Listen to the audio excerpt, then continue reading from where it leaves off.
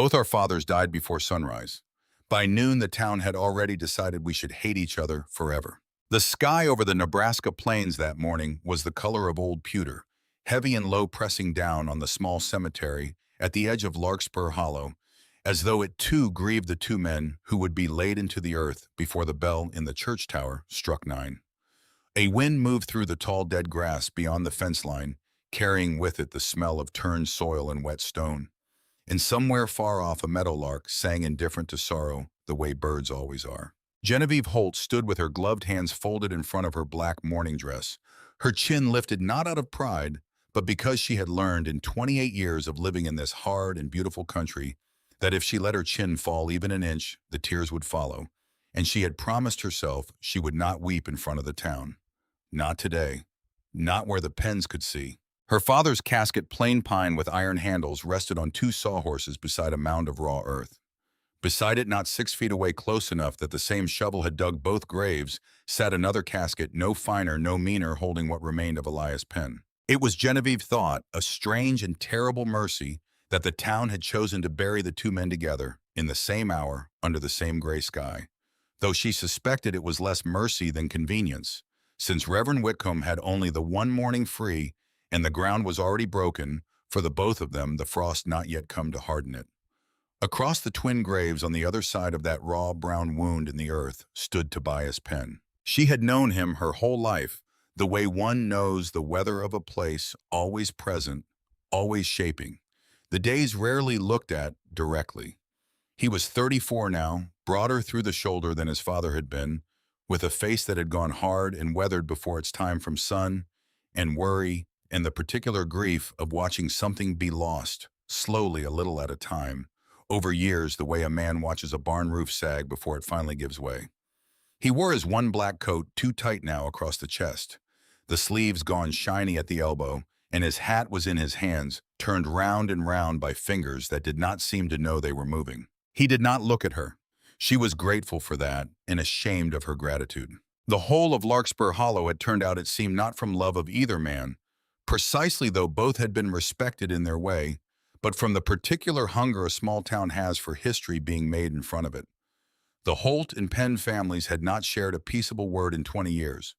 Everyone present knew the shape of the feud, if not its every turn. Old debts, a disputed water right along Cedar Creek. A fence line moved in the night by persons never named. And beneath it all, old Silas Holt's slow and patient acquisition over the better part of a decade of every note and mortgage the Penn Ranch had ever signed. It was widely said, in the particular careful way small towns say cruel things without quite saying them, that Silas Holt had ruined the Penns a little more each year, the way a man might starve a horse he meant to keep only just alive. And now both men were dead and had died, so the whispers went within the same black hour of the same black night, though no one but the sheriff and the undertaker knew precisely how or precisely why, and neither of those men were saying. Reverend Whitcomb opened his Bible. The wind took the pages and he had to press them flat with his thumb. "We are gathered," he began, and his voice was thin and carried poorly against the wind, so that people leaned forward to hear him, "to commit to the earth the bodies of 2 men who spent the better part of their lives as enemies, and who now share in death the very ground that divided them in life." A murmur went through the gathered crowd at that, not quite approval, not quite scandal, but the low hum of people recognizing a truth spoken plainer than they were used to hearing from a pulpit. Genevieve's eyes moved without her permission to Tobias Penn's face. He was staring at his father's casket with an expression she recognized because she wore its twin, the particular blankness of a person holding a flood behind a dam of pure will. She thought for one unguarded moment that he looked very tired.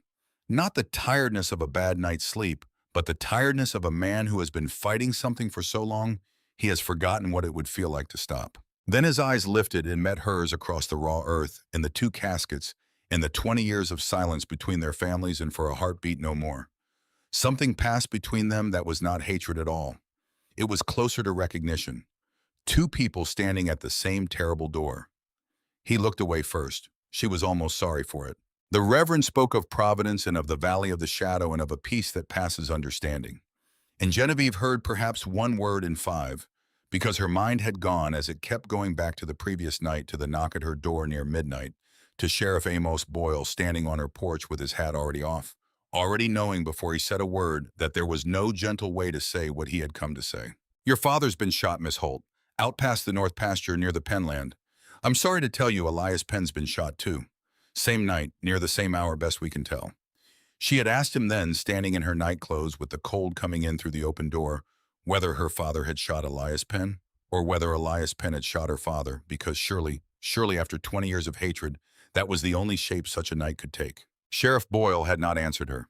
He had only put his hat back on slowly and said, "That's what we mean to find out, Miss Holt," in a voice that told her he did not believe the easy answer either, though he could not yet say why.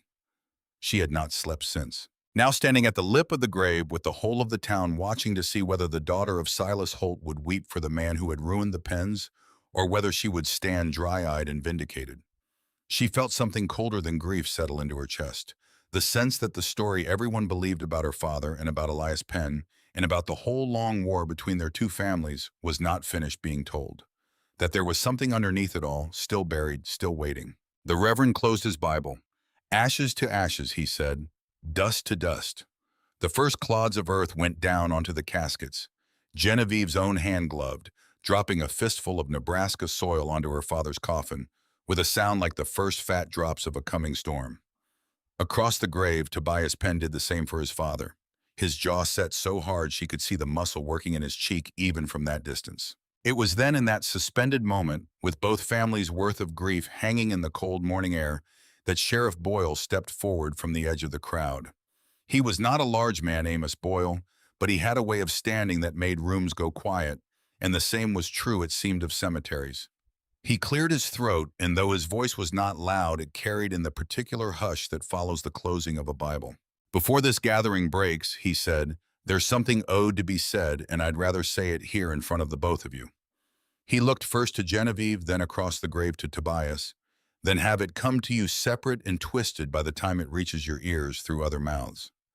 The crowd, which had begun to shift and murmur in the particular way of a congregation preparing to disperse to its wagons and its Sunday dinners, went still again. Neither Silas Holt's death nor Elias Penn's death happened the way this town has already decided it did, Boyle said. "I've got questions about both of them that don't sit easy, and until I've got answers, both estates are going to be held under legal review by the circuit court. That means no papers signed, no land sold, no debts called, not on the Holt side nor the Penn side, till this is settled proper." A wave of astonished whispering broke over the cemetery like water over stone. Genevieve felt her heart lurch strangely, not with fear exactly, though there was fear in it, but with something that felt almost like hope, though she could not have said hope for what. Across the grave, Tobias Penn had gone very still, his eyes fixed on the sheriff with an intensity that made him look for the first time that morning entirely awake. "What is it you're saying, Sheriff?" he asked, and his voice when it came was rough with disuse, as though he had not spoken since the night before. "Are you saying my father didn't die the way we've all been told?" "I'm saying," Boyle answered carefully, "that I don't yet know what I'm saying, Mr. Penn, and I'd be a poor lawman if I pretended otherwise before the facts were in. But I'll tell you both this much plain: two men who hated each other for 20 years don't usually die within the same hour a half-mile apart, with neither man's gun fired." The words landed in the cold air like a struck bell. Neither man's gun fired.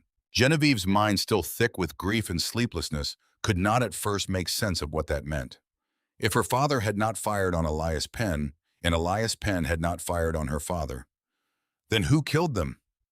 The question came from somewhere in the crowd, low and frightened, and no one answered it because no one yet knew. It was in that silence, that terrible open silence full of unanswered questions, that the shot came. It cracked out across the cemetery from somewhere in the low hills to the north, and Genevieve's whole body flinched before her mind understood what the sound was. And then the headstone, the single shared marker the town had erected between the two graves, gray granite, still rough cut and new. The mason, not yet finished carving both names into its face, took the bullet dead center, a chip of stone flying free with a sound like a whip crack, and half the cemetery was screaming and scattering for the cover of wagons and trees before Genevieve had even finished turning toward the sound. She felt a hand close hard around her arm and pull her down and sideways, and it was only when she was crouched behind the low stone wall at the cemetery's edge, her breath coming fast and ragged, that she understood the hand belonged to Tobias Penn, who had crossed the open grave and half the cemetery in the space of that single gunshot to put himself between her and the hills. "Stay down," he said, low and urgent, his body angled to shield hers close enough that she could smell wool and horse in the particular clean sweat smell of a man who had ridden hard that morning to reach the funeral on time. "Stay down, Miss Holt." No second shot came. After a long, ringing silence, Sheriff Boyle's voice rose over the scattered cries of the crowd, ordering men to the hills, ordering others to stay low. And slowly, the cemetery began to unclench itself from its crouch. Genevieve became aware all at once of how close Tobias Penn's face was to hers, of the fierce protective set of his jaw, of the fact that his hand was still closed around her arm, as though he had not yet decided it was safe to let go. Why, she managed when her voice would work again, why would anyone shoot at a funeral? Tobias's eyes had gone hard and flat, fixed on the empty hills, where a thin curl of gray smoke still hung in the cold air, marking the place the shot had come from. "Because," he said quietly, "somebody in this county wants very badly for this feud to keep going. And they just told us so plain as a shout with a rifle." He released her arm then slowly, as though remembering himself, and stood offering her his hand to help her rise from behind the wall. An old ordinary courtesy between strangers, except that they were not strangers. They were the last living children of two dead enemies, and his hand when she took it was steady in a way that surprised her given everything. "Someone wants the feud to continue," Genevieve said softly, looking at the bullet-scarred headstone, at the raw graves, at the frightened, murmuring crowd being herded toward the safety of the church. "But our fathers are already dead, Mr. Penn. What is there left to fight over?" Tobias looked at her for a long moment, and something in his weathered face, something old and tired, and beneath it, something else she could not yet name, made her chest ache in a way she did not expect and did not welcome. "That," he said quietly, "is exactly what I mean to find out. If stories about forgiveness, family, and second chances speak to your heart, please like this video and tell us in the comments. Could you ever love the child of your family's greatest enemy? We'd love to hear where you're watching from." The Holt farm sat a mile and a half from town on the gentler slope of land where Cedar Creek bent westward before it crossed onto Penn ground, and it was there 3 days after the funeral that Genevieve stood in the gray dawn light with a basket of eggs on her hip and tried to remember how to be a person who did ordinary things. The hens did not know her father was dead. That was the strange mercy and cruelty of animals. She had come to think they went on wanting what they had always wanted. At the hour they had always wanted it, and there was something almost holy in the way their small demands pulled her out of bed each morning when grief alone might have kept her beneath the quilts until noon. She had 211 laying hens, a flock built up over 6 careful years. From the 11 her mother had left her back before consumption took her mother the winter Genevieve turned 19. The eggs went to the mercantile in town and to the hotel, and lately, since the railroad spur had come within 20 miles, to a broker in Omaha who paid a fair price for what he called prairie eggs, as though there were some particular virtue in eggs laid so far from a city. It was good, honest work, and it was hers, entirely hers, in a way that nothing else in her life had ever quite been, and she loved it with the fierce, quiet love a person gives to the one thing that is unmistakably their own. "Miss Genevieve?" The voice came from the hen house door where Ruth Calloway stood with her sleeves already rolled for the morning's work, gray hair escaping its pins in the way it always did by mid-morning, no matter how carefully she said it. Ruth had come to the Holt farm as a hired woman when Genevieve's mother died, ostensibly to keep house though, in the years since she had become something closer to family.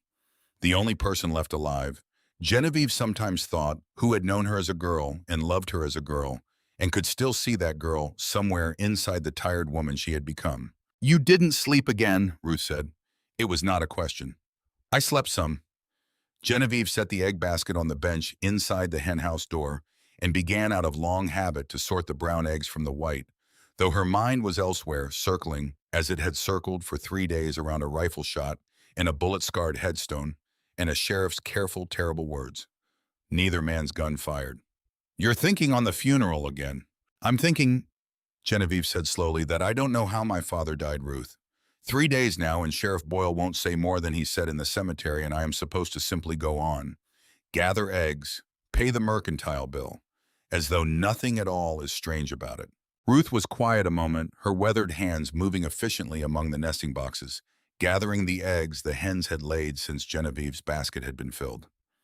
"Your father wasn't an easy man," she said, finally careful in the way of someone who had loved a difficult person and did not intend to speak ill of the dead, but would not lie about them either. He held a grudge the way some men hold a Bible, like it was the only thing keeping the roof from falling in. 20 years he carried what happened between him and Elias Penn, and I never once heard him say what started it, not the true start of it, only that the Penns had wronged him and he meant to see the account settled. "Do you know what started it?" Genevieve asked. She realized with a small shock that she had never actually asked this question before, had grown up simply knowing that Holts and Penns did not speak the way one knows the sun rises in the east without ever wondering why. Ruth's hand stilled over the nesting box. "I know there was a water dispute back when you were small. Cedar Creek runs through both properties, and there was a dry summer, must have been 81-82, when the Penns dammed the creek up on their side to save their cattle, and your father said it near killed his hens and his garden both. But dear girl, a dry summer doesn't explain 20 years of hate. There was something more to it. There always is with hate that old. It calcifies around something like a pearl around a piece of grit, till nobody quite remembers the grit anymore, only the pearl." Genevieve carried this thought with her through the rest of the morning's chores, turning it over the way she might turn over a strange stone found in a plowed field, aware there was something beneath its ordinary surface, unable yet to see what. She was still turning it over when she walked the eggs down to the mercantile that afternoon, the September wind sharp with the first hint of the coming Nebraska winter, the cottonwoods along the creek gone the color of old gold. Hollis Ambrose ran the mercantile as his father had before him, a heavy-set man with kind eyes and a talent for gossip that he dressed up always as simple concern for his neighbors. He counted out her egg money with his usual careful attention, and then folding his hands on the counter, he said in the particular lowered voice of a man about to say something he knows he ought not, "Terrible business at the cemetery, Miss Holt. Terrible business. Folks are saying it's got to be the same party that's been buying up land north of the creek." Genevieve went still. "What land? What party?" "You hadn't heard." Hollis's eyebrows rose with evident pleasure at being the one to deliver news. "There's a fellow been through, calls himself an agent, works for some cattle concern out of Cheyenne, though nobody's rightly sure which, and he's bought up the Ferris place and the old Whitlock claim, and I hear he's made an offer on the Bergstrom land too, paying twice what those parcels are worth, cash money, no questions asked. Been at it since summer, though nobody thought much of it till your father and Elias Penn turned up dead the same night, and now folks are wondering." "Wondering what?" Hollis leaned forward, lowering his voice further still, as though the barrels of flour and the hanging strings of dried peppers might carry the words to unfriendly ears. "Wondering whether somebody wanted both your properties weakened enough to sell cheap. Two big spreads, side by side, both under a cloud now, both without a strong hand to run them, the Holt place with just you and your hired woman, and the Penn place with Tobias, barely holding on as it is. Man like that buying up half the county already might find two ruined ranches mighty convenient." Genevieve walked home that evening with her empty egg basket swinging against her skirts and her mind full of a new and unwelcome shape. The possibility that her father's death and Elias Penn's death and the shot fired at the funeral might not be the last chapter of an old feud at all, but the opening move of something else entirely. Something with money at the bottom of it, the way Ruth had said hatred always had some piece of grit at its center. She was so lost in this thought that she did not at first notice the man on horseback waiting at the fork where her lane met the county road, and when she did notice him, her heart gave a hard, startled thump before she recognized the set of his shoulders. Tobias Penn sat his horse with the particular stillness of a man who has been waiting some while and is uncertain now that the waited-for person has arrived, how to begin. "Mr. Penn." She stopped a careful distance away, aware of how it would look to any passing wagon a Holt and a Penn, speaking alone on the road at dusk, 3 days after their fathers were buried together beneath a bullet-scarred stone. "Miss Holt." He dismounted, which surprised her. She had expected him to speak from horseback and go the way a man does business he means to be quick about. "I won't keep you long. I only wanted to ask, has the sheriff been to see you since the funeral?" "No. Have you had word?" "None." His jaw tightened. "I rode into town this morning to ask him plain what he meant by neither man's gun fired, and he told me the investigation was ongoing and he'd share what he could when he could share it, which is a lawman's way of saying he knows something he doesn't yet trust himself to say out loud." He paused, and something uncertain crossed his weathered face, the look Genevieve thought of a proud man about to ask for something he badly did not want to need. I wondered if perhaps he'd been more forthcoming with you. He hasn't been to see me at all. She hesitated, then found herself saying because the day's strange conversation with Hollis Ambrose was still turning over in her mind, and she did not know who else she could safely say it to. But I heard something in town today that troubles me, about a land agent buying up parcels north of the creek, paying double their worth cash since summer. Tobias's eyes sharpened with an intensity that told her this was not in fact news to him. The Ferris place, and the Whitlock claim. You'd heard. I'd heard, and I've wondered on it same as half the county, but I hadn't connected it to... He stopped himself and looked away out over the darkening fields toward the low hills where a rifle shot had cracked out over his father's grave 3 mornings past. When he spoke again, his voice had gone quieter, rougher. My father was dead set against selling near the end. Wouldn't hear of it, though. God knows we needed the money badly enough. The bank's been at me twice this month already about the note, and I haven't got but 40 head of cattle left to my name, and a debt that'll take 3 times that many to clear. But he wouldn't sell. Not an acre.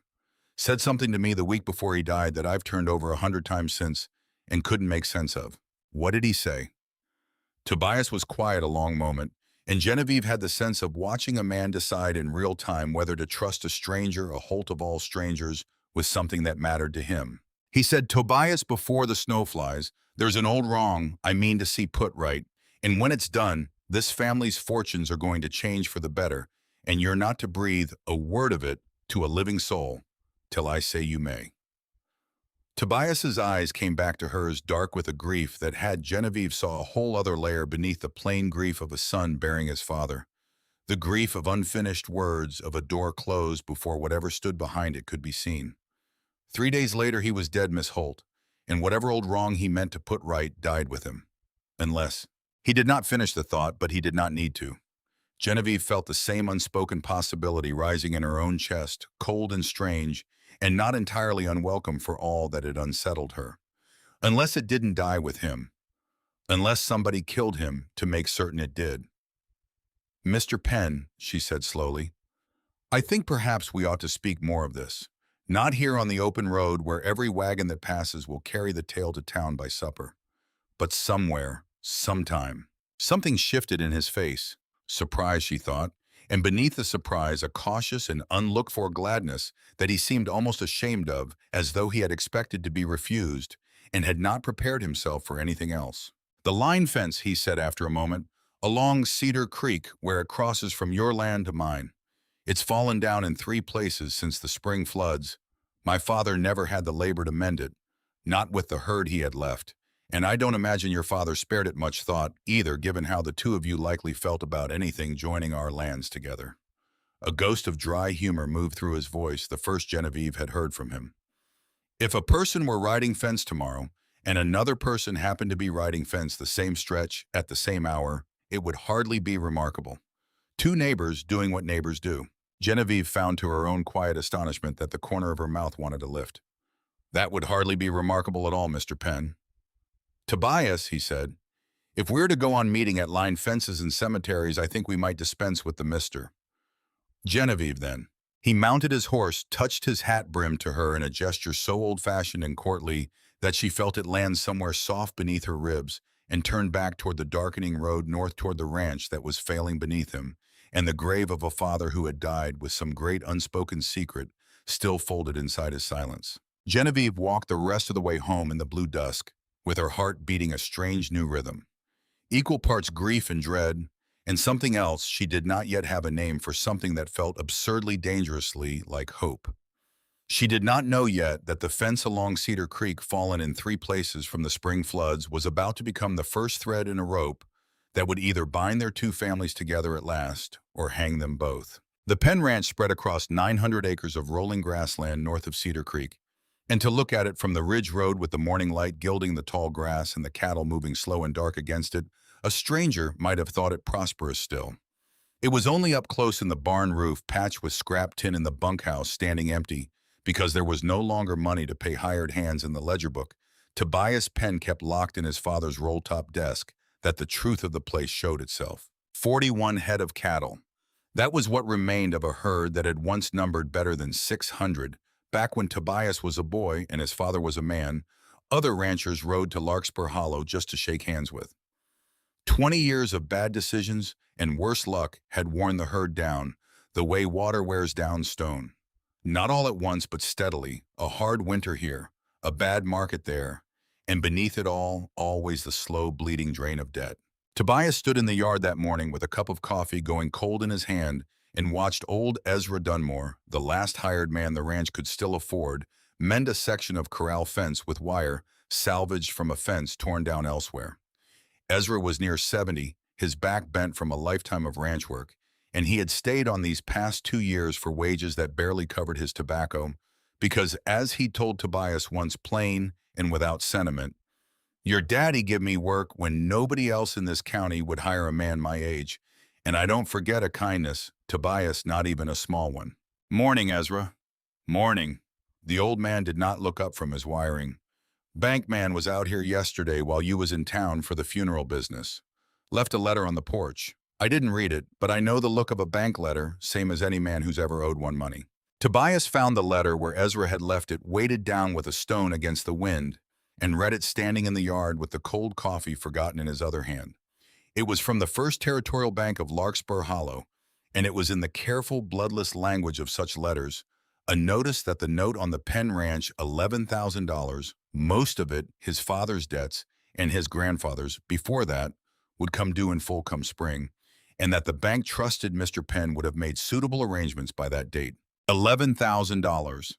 Tobias had at present count perhaps $600 to his name, 41 head of cattle, worth maybe $40 a head if the market held steady, which it rarely did, and a ranch that could not by any honest reckoning produce enough in one winter and one spring to make up the difference. He folded the letter and put it in his coat pocket and stood a long moment looking out over the pasture at his cattle, thinking of his father who had died with some great unspoken secret behind his silence. Some old wrong he had meant to set right before the snow flew. A secret that if it was true, if it was real and not simply the confused hope of a dying man's pride, might be the only thing standing between the Penn name and total ruin. Before the snow flies, there's an old wrong. I mean to see put right. What wrong, though? And put right with whom?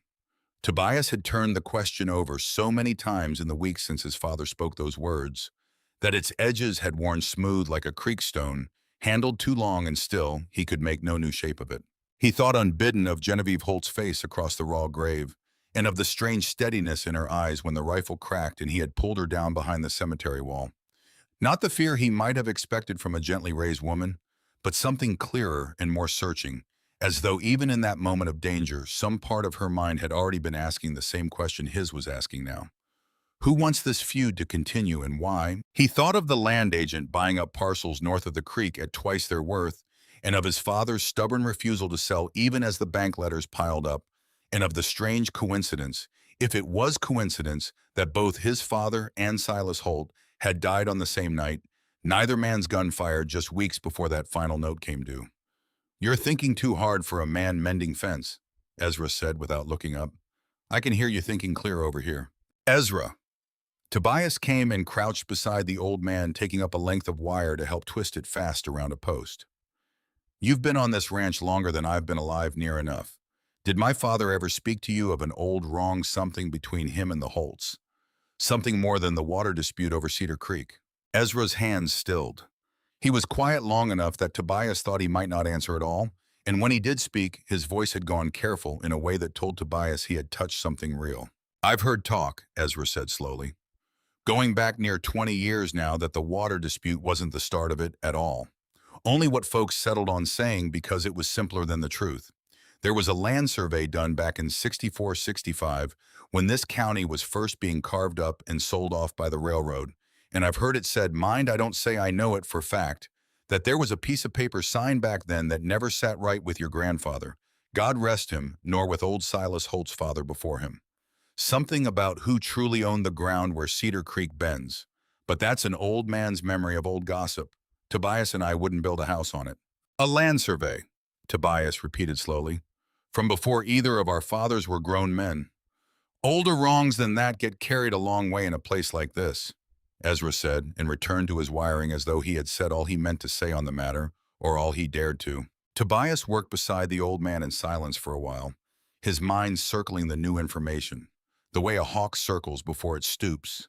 And it was there, kneeling in the cold mud of the corral, with wire cutting into his gloved hands, that he made the decision that would, though he did not yet know it, change the whole remaining course of his life. He would ride to the county recorder's office in Larkspur Hollow, and he would ask to see whatever land records existed from the survey of 1864 and 1865, the old deeds, the old boundary claims, whatever paper trail an 18-year-old wrong might have left behind, however faint. And he would tell Genevieve Holt what he found, because whatever the secret was, it belonged to both their families equally forged in the same fire. And he had begun to believe cautiously against every instinct. 20 years of taught hatred had built into him that she might be the only person in the county he could trust to help him find the truth of it. That evening, riding the fence line along Cedar Creek where it marked the boundary between Holt and Penn ground, he found 3 sections down exactly as he'd told her they would be. Posts rotted through at the base wire, slack and rusted, the spring floods having done their slow, patient work of erasing the line between the 2 properties as thoroughly as death had erased the line between their fathers. He was still working the first post loose, sweating despite the cold, when he heard hoofbeats on the far side of the creek and looked up to see Genevieve Holt riding toward him through the gold October light, a coil of new wire slung across her saddle, her dark hair come loose from its pins beneath her plain gray bonnet, and something in his chest, some old frozen thing he had thought long dead, turned over like a sleeper stirring, and he understood with the sudden clarity of a man glimpsing weather, before it breaks, that mending this fence was going to be a good deal more complicated and a good deal more dangerous to his heart than he had let himself admit.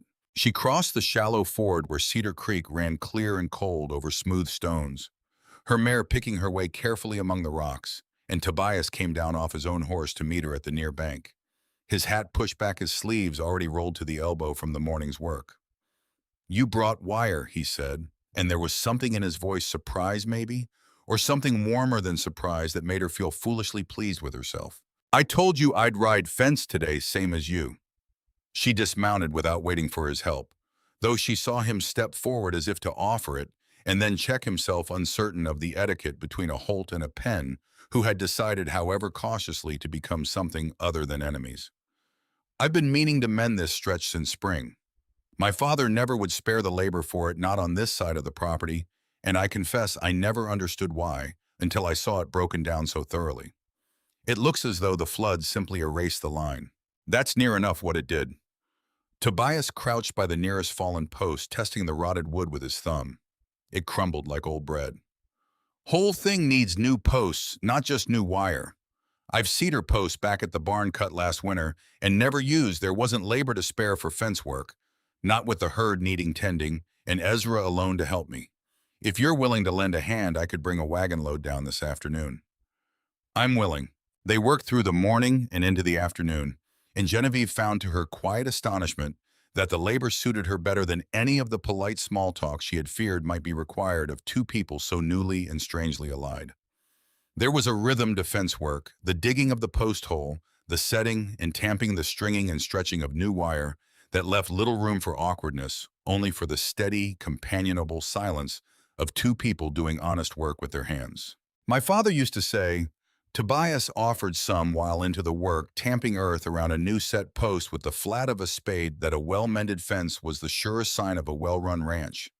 Said a man who let his fences fall was a man who'd already given up on something, even if he hadn't noticed it himself yet." "And had he given up?" Genevieve asked. "Your father, I mean, toward the end." Tobias was quiet a moment, considering the question with the same care she had come to notice. He gave to most things, not a man given to quick answers, but not slow from dullness, only from a kind of deliberate thoroughness that she found unexpectedly restful after a lifetime spent among people who spoke first and thought after. "No," he said finally, "that's what troubles me most, if I'm honest.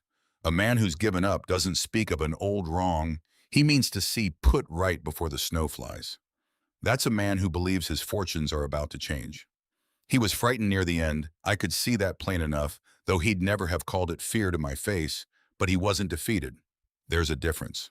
"I noticed the same in my own father," Genevieve said slowly, surprising herself with the admission. "The last month of his life he seemed restless, Not sad precisely, though. He'd been sad a long while, in the quiet way men get sad when they've spent too many years fighting a war they can't quite remember starting. But that last month he was restless like a man waiting on news. He rode out alone twice evenings and wouldn't say where he'd been. I assumed, she stopped. You assumed he'd gone to see about my father, Tobias finished for her gently without accusation. Same as I assumed if he rode out those same evenings that he'd gone to see about yours. They looked at each other across the half-mended fence, the strange new understanding settling between them like the last light of afternoon, settling gold across the pasture grass. And Genevieve felt the ground of her whole world tilt very slightly, the way it does when a person realizes that a story they have believed their entire life might not after all be entirely true. Tobias, she said, I think our fathers were meeting, in secret, those evenings they rode out alone. I think so too, he said quietly. And I think whatever they were meeting about is the reason they're both dead. The wind moved through the cottonwoods along the creek, scattering gold leaves across the water, and for a long moment, neither of them spoke the weight of the thought too large for easy words. It was Genevieve who broke the silence, practical as ever, reaching for the next length of wire. Then we'd best find out what it was. Together, if you're willing. I don't fancy doing it alone, and I don't imagine you do either. I've already decided the same. Tobias admitted a faint and unguarded warmth breaking through his careful reserve for the first time that day. I mean to ride into town tomorrow and ask the county recorder what land records exist from the survey of 64 and 65. Ezra tells me there was some old dispute over the deed to the ground where Cedar Creek bends, before either of our fathers were grown men, before the water rights quarrel that everyone in town believes started this whole business. I'll come with you, Genevieve said without hesitation, and then hearing how it sounded, added more carefully, that is if you'd welcome the company. I understand if you'd rather manage it alone. It will hardly help either of our reputations being seen together in town. Genevieve. He said her name plainly without ornament, and something in the way he said it made her look up from the wire in her hands. I've spent 20 years believing your family was my family's enemy, on no better evidence than that I was told so as a boy and never once thought to question it. I find I would rather have your company in this than manage it alone, whatever the town makes of it. They finished the fence as the light went long and amber across the pasture, 3 sections mended and standing straight and true, where 3 sections had lain broken since spring. And when Genevieve rode home in the blue dusk, she found herself thinking not of her father's grave, nor of the mystery of his death, but of the particular steadiness in Tobias Penn's hands as he tamped the last post fast into the earth, and of how strange it was and how little like hatred it felt to have spent an entire day beside her family's oldest enemy and come away from it feeling less alone than she had felt in the 3 long days since her father died. She did not yet know that Hollis Ambrose's wife had seen them from the ridge road that afternoon, 2 lone figures working a fence line together, a Holt and a Penn. Laughing once low and startled at some shared remark neither of them would later be able to fully recall. And that by the time Genevieve reached her own porch that evening, the tale was already halfway round Larkspur Hollow, growing new and uglier shapes, with every retelling the way all such tales do, in towns too small to hold their silence. By Sunday, the story had traveled the whole circuit of Larkspur Hollow and come back changed almost past recognition, the way water changes shape to fit whatever vessel holds it. What had been in truth 2 grieving neighbors mending a fallen fence line had become, by the time it reached the church steps after morning service, a scandal of the first order. Genevieve Holt and Tobias Penn. It was whispered meeting in secret along Cedar Creek, laughing together not 3 days after their fathers were laid in the same ground. And what decent woman and what decent man could behave so with grief so fresh? Genevieve heard the first of it directly from Mrs. Ambrose herself, who cornered her outside the church with an expression of concern so thoroughly rehearsed that Genevieve understood at once she was being offered not friendship, but performance. I do hope you know your own mind, dear, Mrs. Ambrose said, patting Genevieve's gloved hand with her own plump one. Folks are saying such things. I told Hollis, I said, surely Miss Holt has better sense than to be seen alone with a Penn of all men so soon after. Well, you understand. I understand that my father is dead, Mrs. Ambrose, Genevieve said with a steadiness that cost her more than it showed, and that Mr. Penn's father is dead, and that the 2 of us were mending a fence that fell in the spring floods, because fences do not mend themselves, whatever family holds the land on either side of them.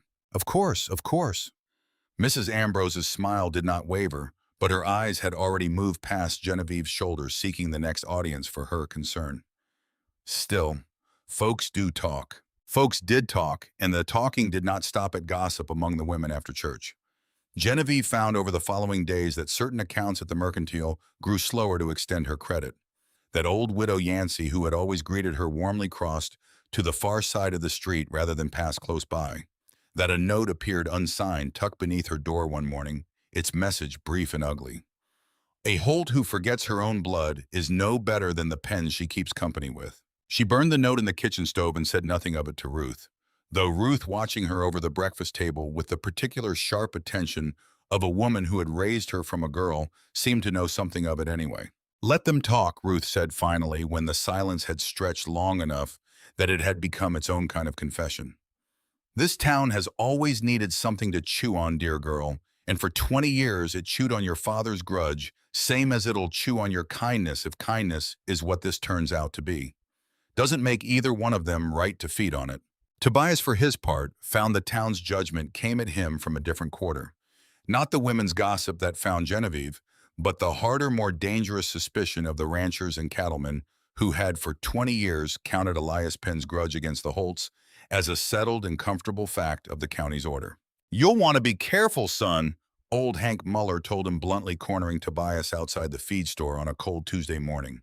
Muller ran cattle on the section east of the Penn place and had been in his rough way a friend to Tobias's father for 30 years. "Man's allowed to bury a grudge with his father, I don't say otherwise.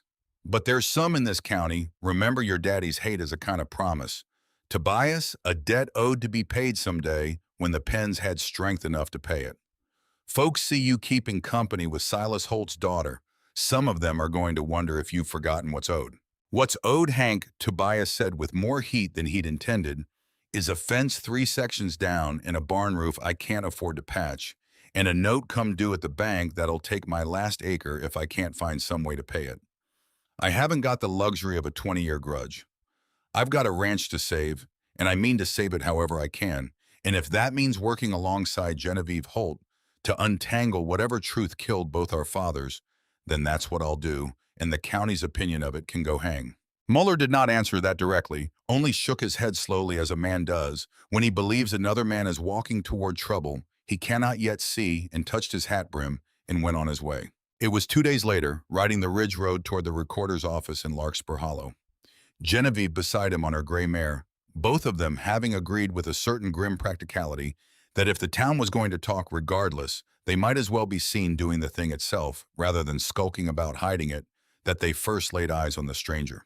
He sat his horse in the crossroads where the county road forked toward the Bergstrom place, a lean man in a well-cut coat, far finer than anything the ranchers of Larkspur Hollow generally wore, his hat low against the wind, and beside him, tied to a fence post, was a hand-lettered sign that read, "Land wanted, top dollar paid cash. Inquire at the Hollow Hotel."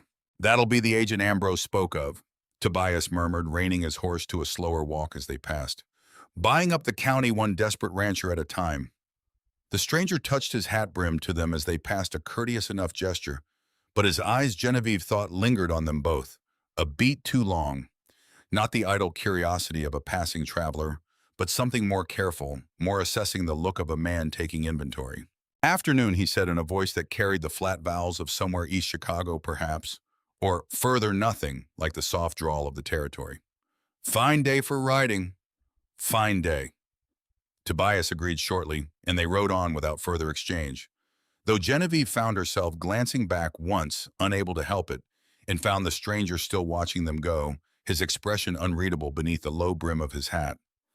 "Do you know his name?" she asked once they were well past. "No, but I mean to find out," Tobias said, "before this business is finished. A man doesn't pay double land value in cash countywide for no reason at all, and I find I no longer believe in coincidence, not since the morning a rifle shot took a chip out of our father's shared headstone, not an hour after Sheriff Boyle announced neither man's gun had fired." They reached the recorder's office an hour before closing, and it was there, among dusty ledgers and yellowed survey maps that had not been disturbed in the better part of 2 decades, that the first true thread of the mystery, thin, nearly invisible, easy to miss, entirely first came loose in Genevieve's hand, though neither she nor Tobias yet understood what they had found, nor how far the unraveling would carry them before the truth stood fully revealed. The county recorder was a stooped, ink-stained man named Ambrose Whitfield, no relation to the mercantile Ambroses, as he was at pains to explain to every visitor, having spent 30 years living down the confusion of a shared surname in a town this small, and he received their request with the mild surprise of a man who did not often see two visitors from feuding families asking to see the same dusty records together. "The survey of '64, he repeated, peering at them over his spectacles. "That's old paper indeed. Before my time here, though, I've kept every scrap that came before me, same as every recorder's sworn to do." "What is it you're hoping to find?" "We're not entirely certain," Genevieve admitted. "Only that we've reason to believe there was some dispute back then over the land where Cedar Creek bends before the water rights quarrel everyone remembers. Something that may have set our two families against each other in the first place." Whitfield's bushy eyebrows rose. "A Holt and a Penn asking after the root of their own feud together." He shook his head slowly, though not unkindly. "Well, I'll not pretend I'm not curious myself. Give me a quarter hour." He returned with a flat wooden box, its lid gone gray with dust, and inside it, a stack of yellowed survey documents, their ink faded to sepia, their corners soft and furred from decades of handling. He spread them across the counter with careful hands, and Genevieve and Tobias bent over them, together, their shoulders nearly touching the old paper smelling of must and time. It took the better part of an hour working through surveyor's notes written in a spidery, difficult hand before the shape of it began to emerge. In the autumn of 1864, when the railroad first began carving the territory into sellable sections, a surveying party had platted the land along Cedar Creek, including the fertile bend where the creek curved through what was now divided unevenly between Holt and Penn ground. "Here," Genevieve said softly, her finger tracing a line of cramped surveyor's script. "The original plat shows the creek bend, the best watered 40 acres in this whole stretch of the valley allotted entirely to the Penn claim. Not divided, not shared, all of it to whoever first filed on the Penn parcel." Tobias leaned closer, reading over her shoulder, close enough that she caught the scent of leather and wood smoke that seemed to cling to him always, and felt her breath catch strangely in her chest before she made herself attend to the document instead. "That can't be right," he said slowly. "My family's never held that bend. It's been Holt land my whole life, the best pasture on your father's whole property by every account I've ever heard.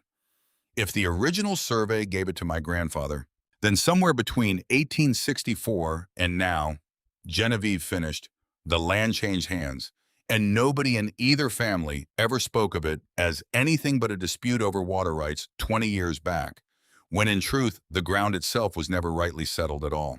Whitfield, listening with evident fascination, produced a second document, a deed transfer dated 1866, bearing two signatures: Josiah Penn, Tobias's grandfather, and Elijah Holt, Genevieve's great-uncle, transferring the 40-acre creek bend from Penn ownership to Holt ownership. In exchange for the document was frustratingly vague on this point, certain considerations rendered. "Considerations," Tobias said in a low voice. "What considerations, money cattle?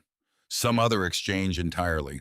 "The document doesn't say," Whitfield admitted, squinting at the faded ink. "Deeds of that era were often drawn up quick and rough out here at the edge of the territory. A lawyer wasn't always close at hand, and men settled such things between themselves and trusted their word, same as their signature. If there was a fuller accounting of what changed hands, it likely existed only as a private agreement between the two men themselves, and would have passed down, if it passed down at all, as a family paper, not something the county would hold." Genevieve straightened her mind, working quickly now, turning the new information over against everything she had grown up believing. "My father never spoke of owning that creek bend by anything but plain right of ownership. He never once mentioned it had come from your family originally, Tobias, in exchange for some consideration nobody troubled to write down properly." "Nor did mine," Tobias said grimly, "which means either both our fathers forgot the true origin of the thing, unlikely for two men who nursed a 20-year grudge over that very ground, or somebody wanted it forgotten." They thanked Whitfield, who promised to search further for any private family papers that might have been filed later, and rode back toward Larkspur Hollow in the deepening afternoon light, both of them quiet, turning the day's discovery over in their separate minds. "Tobias," Genevieve said as they reached the fork where their two roads home diverged, Whatever consideration your grandfather received for that land, if it was never properly paid or never fully honored, that would be grit enough to grow 20 years of grudge around. A wrong nobody named plainly, because naming it plainly would have meant admitting a Penn had been cheated, or a Holt had cheated him, and neither family wished to carry that shame in the open. And if that's the wrong my father meant to put right, Tobias said slowly, before the snow flew, if he'd found some proof at last of what was truly owed and meant to see it settled with your father honestly between the two of them as men, rather than let it fester another generation, then somebody didn't want it settled, Genevieve finished. Somebody had more to lose from the truth coming out than either of our families ever knew we had to gain. The wind had turned colder with the falling light, carrying the first true bite of the coming Nebraska winter, and Genevieve found herself reluctant in a way she did not examine too closely to turn her mare down the fork toward home and leave Tobias Penn's steady, careful presence behind for the ride alone. "Will you come to supper?" she heard herself say, before she had quite decided to say it. "Thursday next, Ruth keeps a good table, and I think we've both a great deal more to discuss than we can properly manage from horseback at a crossroads." Tobias looked at her for a long moment, something unguarded and almost boyish, breaking through the weathered gravity of his face, and Genevieve understood with a small private thrill of alarm that whatever careful distance she had meant to maintain between herself and this quiet, steady, unexpectedly gentle man was already dangerously beginning to erode. Not unlike the fence line the spring floods had worn away one slow season at a time, until the boundary that had once seemed so solid gave way entirely. "I'd be glad to," he said. "Thursday next." He touched his hat brim and turned his horse north, and Genevieve rode the rest of the way home alone beneath a sky gone the deep, bruised purple of oncoming winter, thinking that whatever wrong had been done between their two families in 1866, whatever consideration had never been properly rendered or repaid, she was beginning to suspect that the truest reckoning would not be settled in dusty county records at all, but in whatever was slowly, carefully growing between herself and the last living son of her family's oldest enemy. Ruth Calloway informed on Wednesday evening that Tobias Penn would be joining them for supper Thursday next, set down the dish she was drying with a clatter that betrayed more surprise than her carefully neutral expression let on. "A Penn at this table," she said, "for the first time in this house's whole history, I'd wager, since your grandfather built it." "Is that a complaint, Ruth?" "It's an observation, dear girl. Whether it's complaint or blessing, I haven't yet decided." But she set about roasting a hen and putting up a dried apple pie with rather more care than the occasion by her own account strictly required, and Genevieve chose not to remark on it. Tobias arrived Thursday evening in a clean shirt and his good coat, having clearly taken some pains with his appearance that made Genevieve's chest tighten, in a way she firmly told herself was mere sympathy for a man doing his awkward best. He brought in place of flowers which no self-respecting rancher would think to carry a small crock of wild honey. "Ezra's bees," he explained somewhat sheepishly, setting it on the kitchen table. "Seemed a poor sort of guest who came empty-handed, and I hadn't the first idea what else might be proper." "It's perfect," Genevieve said, and meant it, and saw Ruth over by the stove hide a small, satisfied smile behind her hand. Supper was against every awkward expectation Genevieve had privately harbored. Easier in truth than she could remember any meal being since her father's long illness had settled its shadow over the house the previous winter. Tobias praised Ruth's cooking with unfeigned sincerity, which won him more goodwill from that quarter than any amount of careful diplomacy could have purchased, and told, at Ruth's gentle prompting, a story of his own boyhood. A summer he'd broken his arm falling from the hayloft, trying to prove to Ezra's late son that he could jump clear to the wagon bed below, and how his mother, dead these 12 years, now had set the bone herself, rather than pay the doctor's fee, and how it had healed a half-inch crooked. Ever after a fact he demonstrated by holding up his left forearm, which did indeed show the faintest bend near the wrist. "Your mother sounds a formidable woman," Genevieve said. "She was.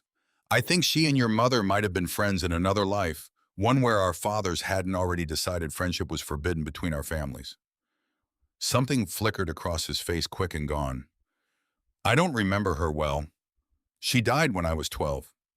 But I remember she used to say the creek bend pasture was the sweetest grass in the whole valley, and she couldn't understand for the life of her why my father wouldn't speak of how we came to lose it." Genevieve set down her fork. She knew then that it had once been Penn land. She must have, though she died before I was old enough to think to ask her outright, and by the time I was grown enough to wonder, she was long past answering.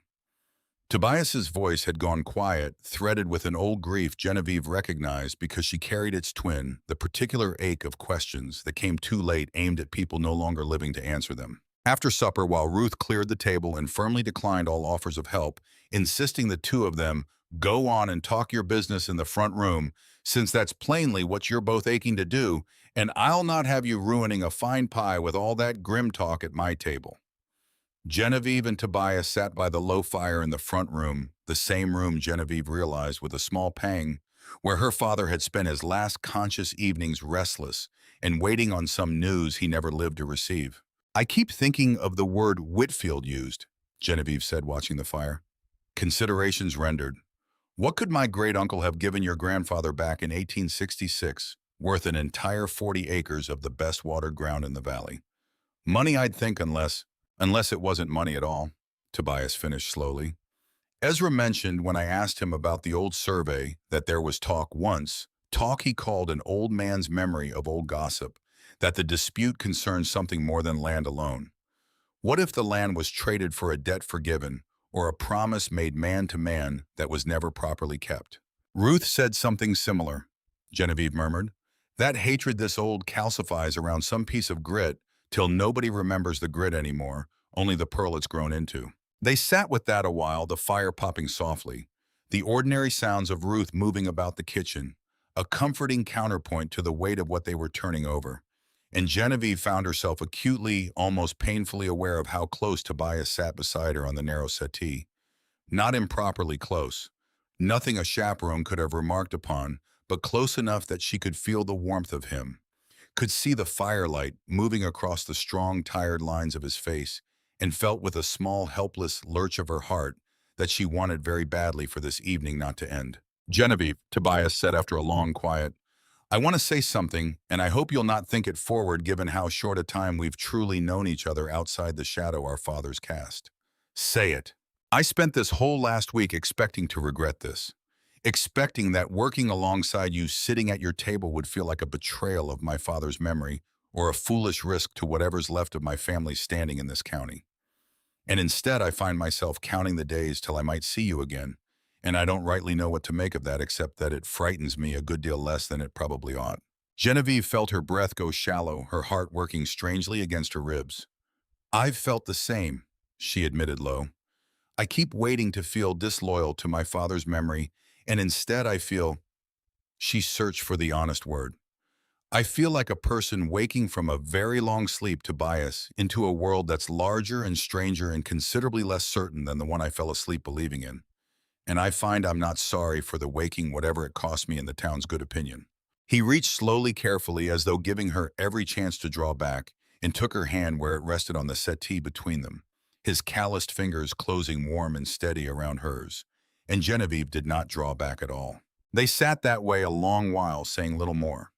The fire burning low, the mystery of the creek bend, and the forged consideration, and the two dead fathers still unsolved between them, but held for this one quiet evening at a careful distance, while something else, something slower and gentler and far more dangerous to both their hearts than any land dispute took its first tentative root. It was near 10 o'clock when Tobias finally rose to go, and at the door with Ruth tactfully occupied elsewhere, he turned back to her hat in hand and said quiet and rough, I mean to write to the Territorial Land Office in Cheyenne and see what further record exists of that 1866 transfer, whether there's some private paper filed anywhere beyond what Whitfield holds. It may take some weeks for an answer to come. Will you wait it out with me, Genevieve? Whatever the answer proves to be. I will, she said, and meant it with her whole unguarded heart, not yet knowing that the answer when it came would not arrive by letter from Cheyenne at all, but would be found far closer to home in a discovery that would overturn everything either of them believed about the fathers they had buried and the peace they had begun so carefully, so hopefully, to build. The discovery came not from Cheyenne nor from any answer to Tobias's careful letter, but from Genevieve's own father's roll-top desk on a cold, rain-lashed evening 2 weeks later. When she finally made herself begin the grim work of sorting through Silas Holt's papers, a task she had put off since the funeral, unable to bring herself to disturb the ordered chaos of her father's private affairs, as though leaving them untouched might somehow leave him less thoroughly gone. Ruth had gone to bed early, worn out from a day of canning, and the house was quiet, but for the rain against the window panes and the low crackle of the fire. When Genevieve unlocked the bottom drawer of her father's desk, the one drawer he had always kept locked, even from her, though she had known where he hid the key since she was 15 and had never before had cause or courage to use it. Inside, beneath a stack of ordinary correspondence and old tax receipts, she found a leather folio tied with string, and inside that, a collection of documents relating to the Penn Ranch's debts. Mortgage notes, bank correspondence, a running tally in her father's own careful hand of every dollar the Penn family owed, and to whom. It was, she thought grimly, exactly the sort of collection a man obsessed with an old grudge might keep, a private ledger of another family's slow ruin, tracked and hoarded like a miser counting coin. She nearly closed the folio, then sickened by what it seemed to reveal of her father's true character, when a particular document near the bottom of the stack caught her eye, because something about it struck her even before she understood why as wrong. It was the original mortgage assignment dated 11 years past, by which Silas Holt had purchased from the First Territorial Bank the full note on the Penn Ranch. The very transaction that had more than any other single act cemented the town's belief that Silas Holt meant to ruin Elias Penn, deliberately, patiently over years. The way a man starves a horse he means to keep only just alive. At the bottom of the assignment, beside the bank officer's seal, was her father's signature, Silas T. Holt. Genevieve had seen her father's signature 10,000 times in her life, on letters on the mercantile ledger, on the deed to her own small parcel of the poultry yard, which he had signed over to her the year she turned 25. She knew the particular slant of his hand, the way he crossed his T's with a flourish. He'd always claimed his own father had taught him the small tremor that had crept into his writing these last 2 years as his health began to fail. This signature had no tremor. This signature was too even, too careful. The flourish on the T slightly wrong, not wrong enough that a casual glance would catch it, but wrong enough that Genevieve, who had spent a lifetime watching her father's hand move across paper, felt a cold certainty settle into her stomach the longer she studied it. This is not my father's signature. She fetched a genuine letter of her father's from the same year, laid it beside the mortgage assignment, and held both to the lamplight, comparing them stroke by stroke with a care that made her hands tremble. The difference, once she knew to look for it, was unmistakable, subtle enough to fool a bank clerk or a town grown accustomed to believing the worst of Silas Holt, but plain as daylight to a daughter's practiced eye. Somebody had forged her father's signature on the very document that had convicted him in the court of the whole county's opinion as the man who deliberately bankrupted the Penn family. Her hands were shaking outright now, and her mind raced ahead of her, assembling the terrible new shape of things with a speed that left her almost breathless. If her father had never truly purchased the Penn mortgage, if someone else had forged his name to that transaction using his signature to disguise their own hand in the Penn family's ruin, then the entire foundation of the 20-year feud, the water rights dispute that had calcified into hatred, the whispered belief that Silas Holt had starved his neighbor's fortune on purpose, all of it, every brick of the wall the two families had built between them, had been constructed atop a lie.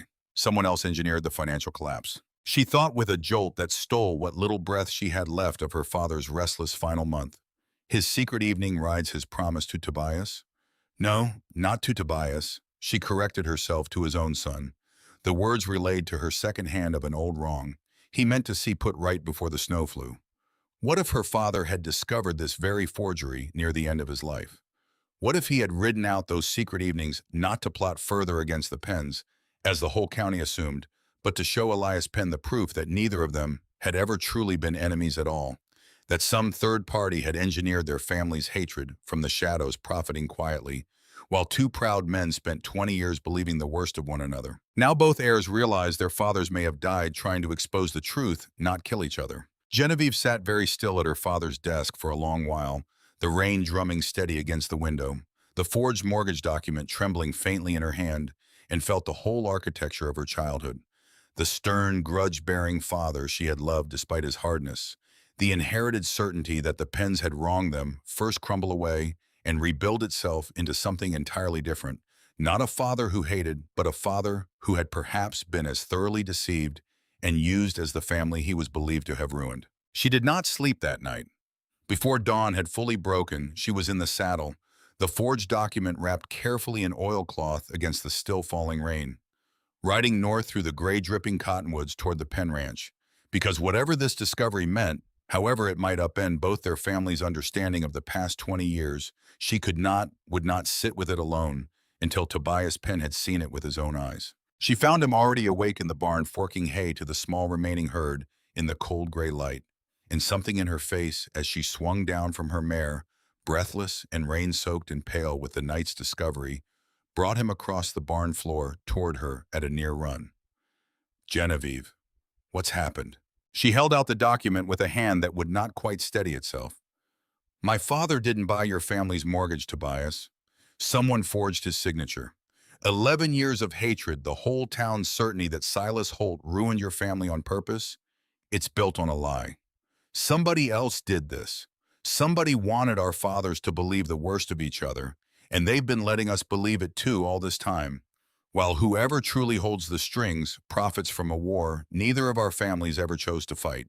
Tobias took the document from her trembling hand and studied it in the gray barn light, his face going through a slow, terrible transformation as understanding dawned, grief and fury, and beneath both something that looked almost like relief. The relief of a man discovering that the enemy he had spent his whole life hating had perhaps never truly been his enemy at all. If this is forged, he said slowly, then whoever did the forging is the same person who's been buying up half this county in cash since summer. Someone with the means to falsify bank documents and the patience to let a lie ripen for 11 years before either family thought to question it. Someone who needed our two families ruined and hating each other, Genevieve said, so that neither of us would ever think to compare our accounts and notice how thoroughly, how conveniently we'd both been played. Outside, the rain had begun to slacken, gray light breaking weakly through the clouds over the pasture, where Tobias's 41 remaining cattle stood, patient and steaming in the cold morning air, and Genevieve standing in the barn beside the man she had against every teaching of her childhood come to trust and to care for. With a depth that frightened her, understood that they had crossed some threshold now from which there could be no easy retreat. Whoever had forged that signature, whoever had spent a decade quietly engineering the ruin of two proud ranching families was still out there, still moving pieces across the board of Larkspur Hollow with the same patient, ruthless hand. And now, for the first time, Genevieve and Tobias held proof enough to begin, however carefully, however dangerously, to hunt them. They took the forged document to Sheriff Boyle that same morning and found him for the first time since the funeral willing to speak plainly. I'll tell you both what I haven't yet told the town, Boyle said, closing his office door against the bustle of the street outside. Because I think you've earned it, and because I've come to believe you're in less danger keeping close together than you would be working this thing apart. Your father's deaths weren't a gunfight between two enemies. The coroner's examination showed both men shot from a distance with a rifle by someone who never came close enough to exchange words, not the kind of killing that comes from two proud men finally settling an old score face to face. That's an ambush, plain and simple, carried out by somebody who wanted it to look like the feud had finally tragically consumed itself. Do you have a suspect? Tobias asked. Boyle was quiet a moment, weighing Genevieve thought how much a lawman ought properly to share with two civilians, however deeply the matter touched them. I've had my eye on the land agent working this county since summer, he admitted finally. Calls himself Wendell Ash, claims to represent a cattle concern out of Cheyenne, though every wire I've sent inquiring after that concern has come back close to empty. But Ash is only an agent, gentlemen. Pardon me, Miss Holt. An agent works for somebody, and I don't yet know who's paying his wages. Only that whoever it is has deep enough pockets to buy land at double its worth countywide since summer. There's a name in this county, Genevieve said slowly, a thought surfacing that she had turned over more than once since Hollis Ambrose first mentioned the mysterious buyer, that fits a man with pockets deep enough for that kind of buying and reputation enough to stay clear of suspicion while an agent does his dirtier work at arm's length. Both men looked at her. Silas Crowley, she said. Boyle's face went carefully blank, the particular blankness of a lawman who has already had the same thought and is unwilling to say so plainly before he has proof to stand behind it. Mr. Crowley, he said, is the wealthiest cattleman in this county and has been generous to this town in more ways than I could easily list: the new schoolhouse roof, the bridge repair after the spring flood, the reverend's salary supplement 2 winters running when the church coffers ran thin. A man doesn't build that kind of standing by being careless. Miss Holt, and I'll not accuse him of murder and forgery, on a hunch alone, however well the hunch may fit. But you'll look into it, Tobias pressed. I'll look into everything. Boyle said carefully and quietly, because a man who's already killed twice to protect a secret this profitable won't hesitate to kill again if he feels the noose closing. I'd ask the both of you to do the same carefully and quietly, and to trust me with whatever else you uncover before you go confronting anybody outright. Do you understand me? They understood him, or believed they did, though the promise proved harder to keep than either of them expected, because the following Sunday at the church social held in the schoolhouse yard to raise funds for the coming winter's charity basket, Silas Crowley himself approached them both with a warmth that made Genevieve's skin crawl, even as her mind raced to catalog every detail of the encounter. He was a tall, silver-haired man of perhaps 60, impeccably dressed, even for a country social, with the easy, practiced charm of a man accustomed to being liked and trusted by everyone he met, and he greeted Tobias with a firm handshake and a few words of grave, well-chosen sympathy for his father's death, before turning the same warmth on Genevieve. "Miss Holt, I was deeply sorry to hear of your father's passing. Silas and I go back a good many years, disagreed on any number of matters, as neighbors sometimes will, but I always respected his grit. This county's poorer for losing him." He paused, his pale eyes moving between them with an attentiveness that felt to Genevieve's newly wary instincts considerably sharper than idle social curiosity. "I understand the two of you have been spending time together lately, mending fences, as it were." A faint smile, entirely charming, entirely unreadable. "Times change, I suppose. Old grudges don't always survive the generation that made them." "Times do change, Mr. Crowley," Tobias said evenly, and Genevieve admired not for the first time the steady control he kept over his own voice, even when she could see in the set of his shoulders how much effort the courtesy cost him.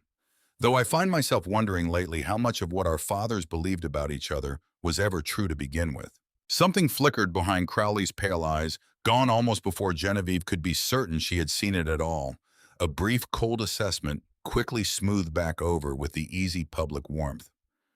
"A wise question for any man to ask of his inheritance," Crowley said lightly. "Enjoy the social, both of you. It does my old heart good to see this town coming together, whatever the season brings." He touched his hat and moved on, working the crowd with the same practiced ease, and Genevieve realized she had been holding her breath the entire exchange. "He knows," she said quietly once Crowley was well out of earshot. "Or he suspects. Did you see his face, Tobias, when you said what you believed our fathers believed about each other wasn't true?" "I saw it," Tobias said grimly, "and I don't like what it means. If Crowley is behind this, if he's the one buying up the county through ash, the one who forged your father's signature to poison the well between our families, then we've just told him, plain as speaking it aloud, that we're close to the truth. Boyle told us to move carefully. I fear we've just done the opposite." They stood together at the edge of the schoolhouse yard, the ordinary sounds of the social swirling around them, children chasing each other between the trestle tables, the church choir rehearsing a hymn for the evening's program, old Hank Muller arguing genially with another rancher over the price cattle might fetch come spring. And Genevieve felt beneath the warm, ordinary surface of the day the cold current of danger running steady and close, and understood that whatever peace she and Tobias had begun to build between them, out along a mended fence line and across a shared supper table, was now bound up inextricably with a far more dangerous reckoning still to come. "We'll need proof," she said finally. "Not suspicion, not the look on a man's face at a church social. If Crowley is behind this, we'll need something solid enough to stand against his standing in this county, his schoolhouse roofs and his bridge repairs, and 30 years of careful purchased goodwill." "The livestock auction," Tobias said slowly, an idea taking shape behind his eyes even as he spoke it. "The county auction 3 weeks hence. Every rancher in the territory attends, along with half the bank's officers and most of the circuit court's business, since it's when the year's largest transactions get settled. If we could bring proof forward there before the whole assembled county, Crowley couldn't simply smooth it over with a handshake and a donated schoolhouse roof. He'd have to answer for it in public before every witness this territory has to offer." It was, Genevieve thought, both a brilliant plan and a perilous one, for if Silas Crowley had already killed twice to protect whatever scheme he had built across this valley, he would not sit idle for 3 weeks while 2 young people gathered evidence against him in plain sight. The 3 weeks that followed passed in a strange, taut rhythm of ordinary ranch labor by daylight and careful clandestine investigation by evening. And Genevieve found, looking back on that stretch of autumn in later years, that it remained among the most vivid of her whole life. every sense sharpened by danger, every small kindness between herself and Tobias made more precious by the shadow hanging over it. They wrote first to the cattle concern in Cheyenne that Wendell Ash claimed to represent and received after a fortnight's wait, a careful reply from a Cheyenne attorney stating plainly that no such concern existed under that name, nor had any such firm ever employed an agent called Ash. Tobias rode to the bank himself and, using the small remaining credit of the Penn name, persuaded the junior clerk, a nervous young man named Peabody, who had it emerged long harbored private doubts about certain irregularities he'd noticed in the bank's older mortgage files, but had never dared voice them to his superiors, to quietly compare the forged Holt signature against 3 other mortgage assignments processed the same year. All 3, Peabody reported in a hushed voice, one hand still on the ledger, as though touching it might summon consequences he could not survive, bore the same subtle irregularities Genevieve had first noticed in her father's forged signature. A slightly too even hand, a flourish just perceptibly wrong. All 3 mortgages, moreover, had been purchased by intermediaries, whose payments traced back far enough through the bank's own dusty records, led eventually to accounts controlled by Silas Crowley. 4 ranches, Tobias said grimly when Peabody's information reached them, laid out across Genevieve's kitchen table alongside the forged mortgage assignment in Whitfield's survey documents. 4 families ruined or nearly ruined over the better part of a decade, each one believing their neighbor's grudge or their own bad luck was to blame, when in truth it was one man patiently buying up the county's debts under forged signatures, waiting for the ruin to ripen enough that the land could be had for a fraction of its worth. "And our fathers found it," Genevieve said softly. "That's what the secret evening rides were. That's what Elias Penn meant when he told you an old wrong would be put right before the snow flew.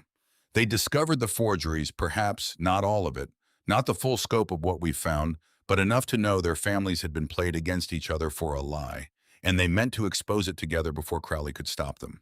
"But he stopped them first," Tobias said, and the old grief in his voice was joined now by a colder, harder note Genevieve had not heard from him before, the sound she thought of a gentle man discovering in himself a capacity for something closer to wrath.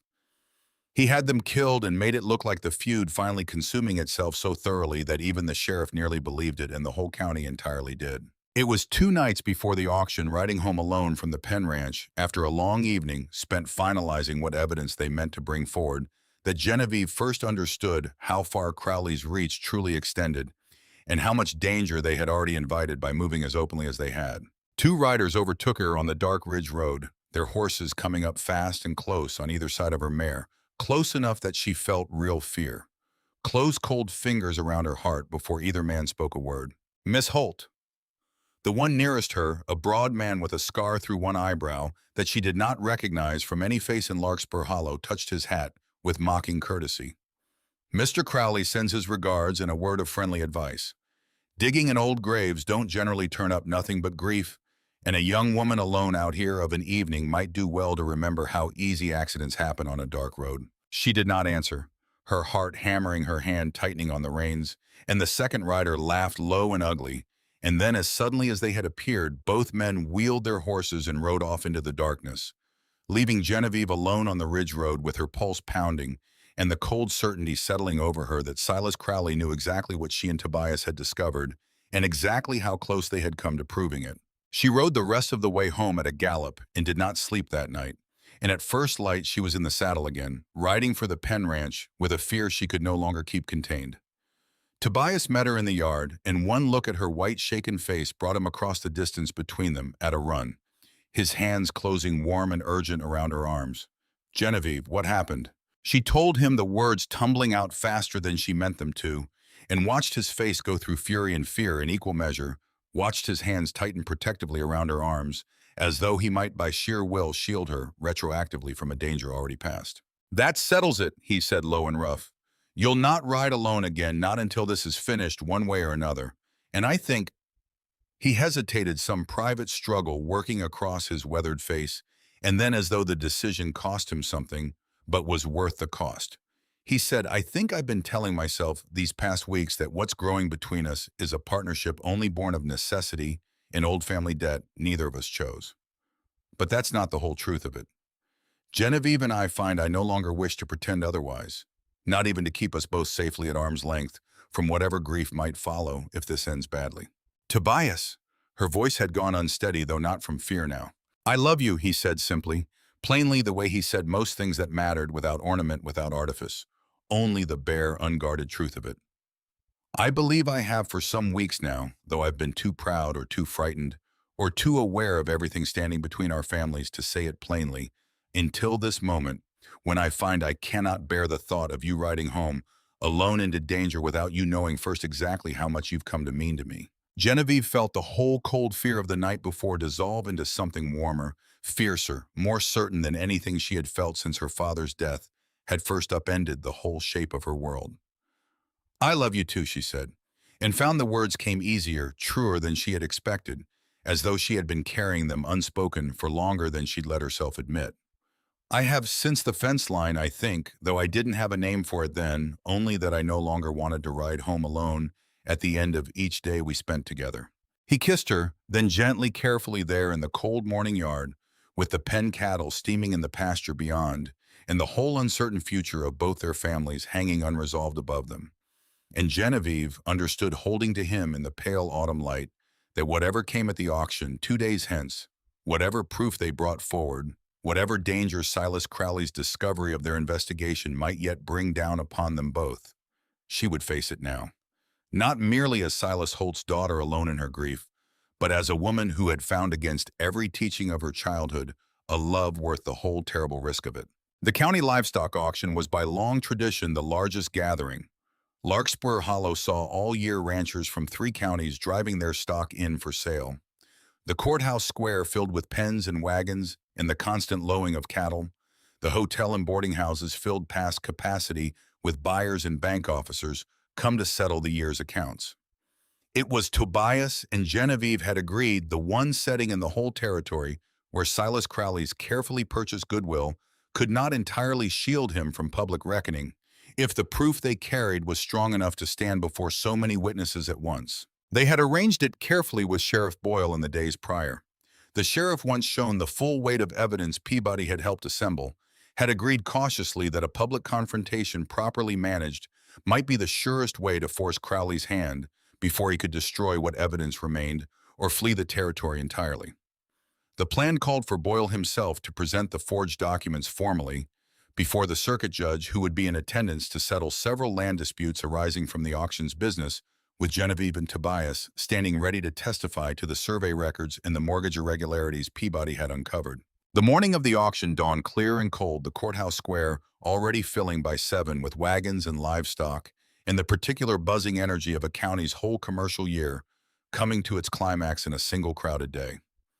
Genevieve arrived with Tobias at mid-morning, the oilcloth-wrapped documents carried carefully in her own reticule, her heart beating hard beneath her composed exterior, and found Sheriff Boyle waiting near the courthouse steps, with an expression that told her before he spoke a word that something had already gone wrong.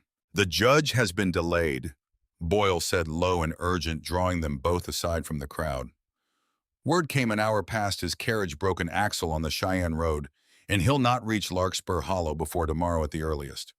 I don't like the timing of it, not after everything you've told me these past weeks, but there's nothing to be done except wait and keep that evidence closer than ever." They had scarcely absorbed this news, standing in the thin morning sunlight, with the auction's noise swirling around them, when the first cry of alarm went up from the far side of the square. "Fire, the courthouse fire in the records room." Genevieve turned in time to see smoke, thin and gray at first, then thickening rapidly to black, pouring from the ground floor windows of the county courthouse, the very building that housed not only Whitfield's recorder's office and its dusty survey documents, but the strongbox where, at Boyle's own insistence, the sheriff had that very morning locked away the additional evidence Peabody had gathered, judging it safer under official guard than carried loose about the auction crowd. The square erupted into chaos, men running for the bucket brigade, women herding children clear of the growing smoke, the auction's business forgotten entirely as the whole gathered county turned its attention to the burning building.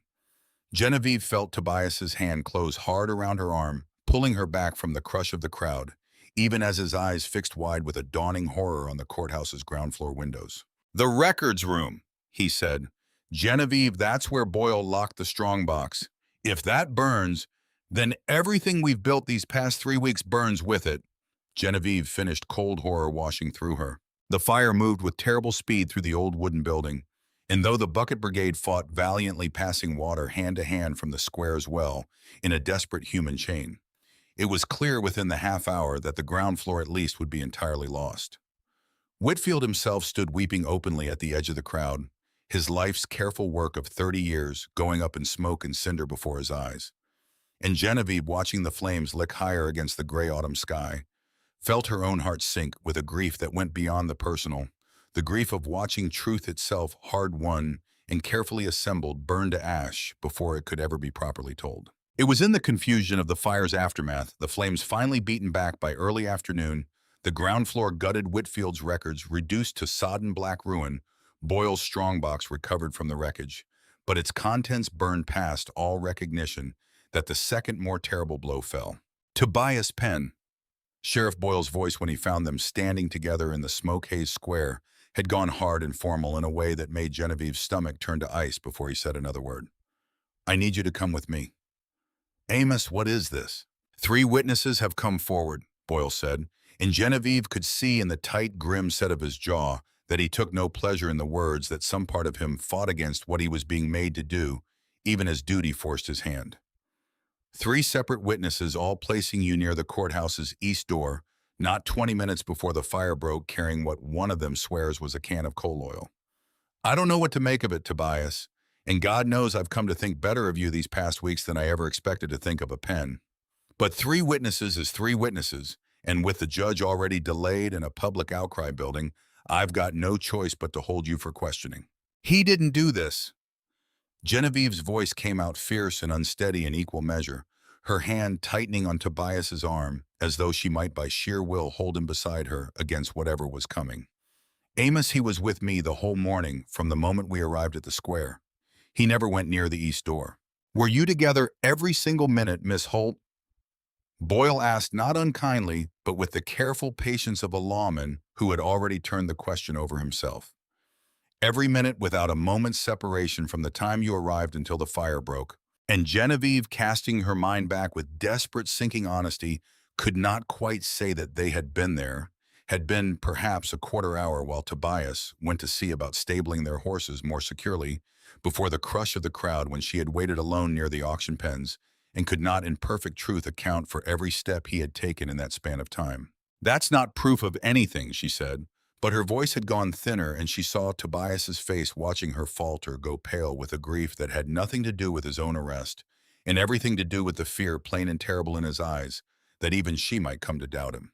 "I never went near that door," he said quietly to her alone, as Boyle's deputies came forward to take him into custody. "Whatever comes of this, Genevieve, I need you to believe that. I would burn my own barn to the ground before I destroy evidence that might finally clear our father's names." "I believe you," she said, fierce and certain, and found searching her own heart in that terrible moment that she did completely without reservation whatever 3 strangers claimed to have witnessed. "I believe you entirely, Tobias, and I will not rest until this county believes it too." They led him away toward the town jail through a crowd gone silent, and staring, the smoke of the ruined courthouse still hanging heavy over the square, and Genevieve stood alone amid the wreckage of the auction's business and the evidence they had spent 3 careful weeks assembling, and understood that Silas Crowley, if it was indeed Crowley behind this, and she could no longer imagine it was anyone else, had struck a blow so complete, so devastating, that it had not merely destroyed their proof, but had turned the very man she loved into the county's newest accused murderer and arsonist in the space of a single terrible morning. Genevieve did not sleep in any real sense for 3 days following Tobias's arrest.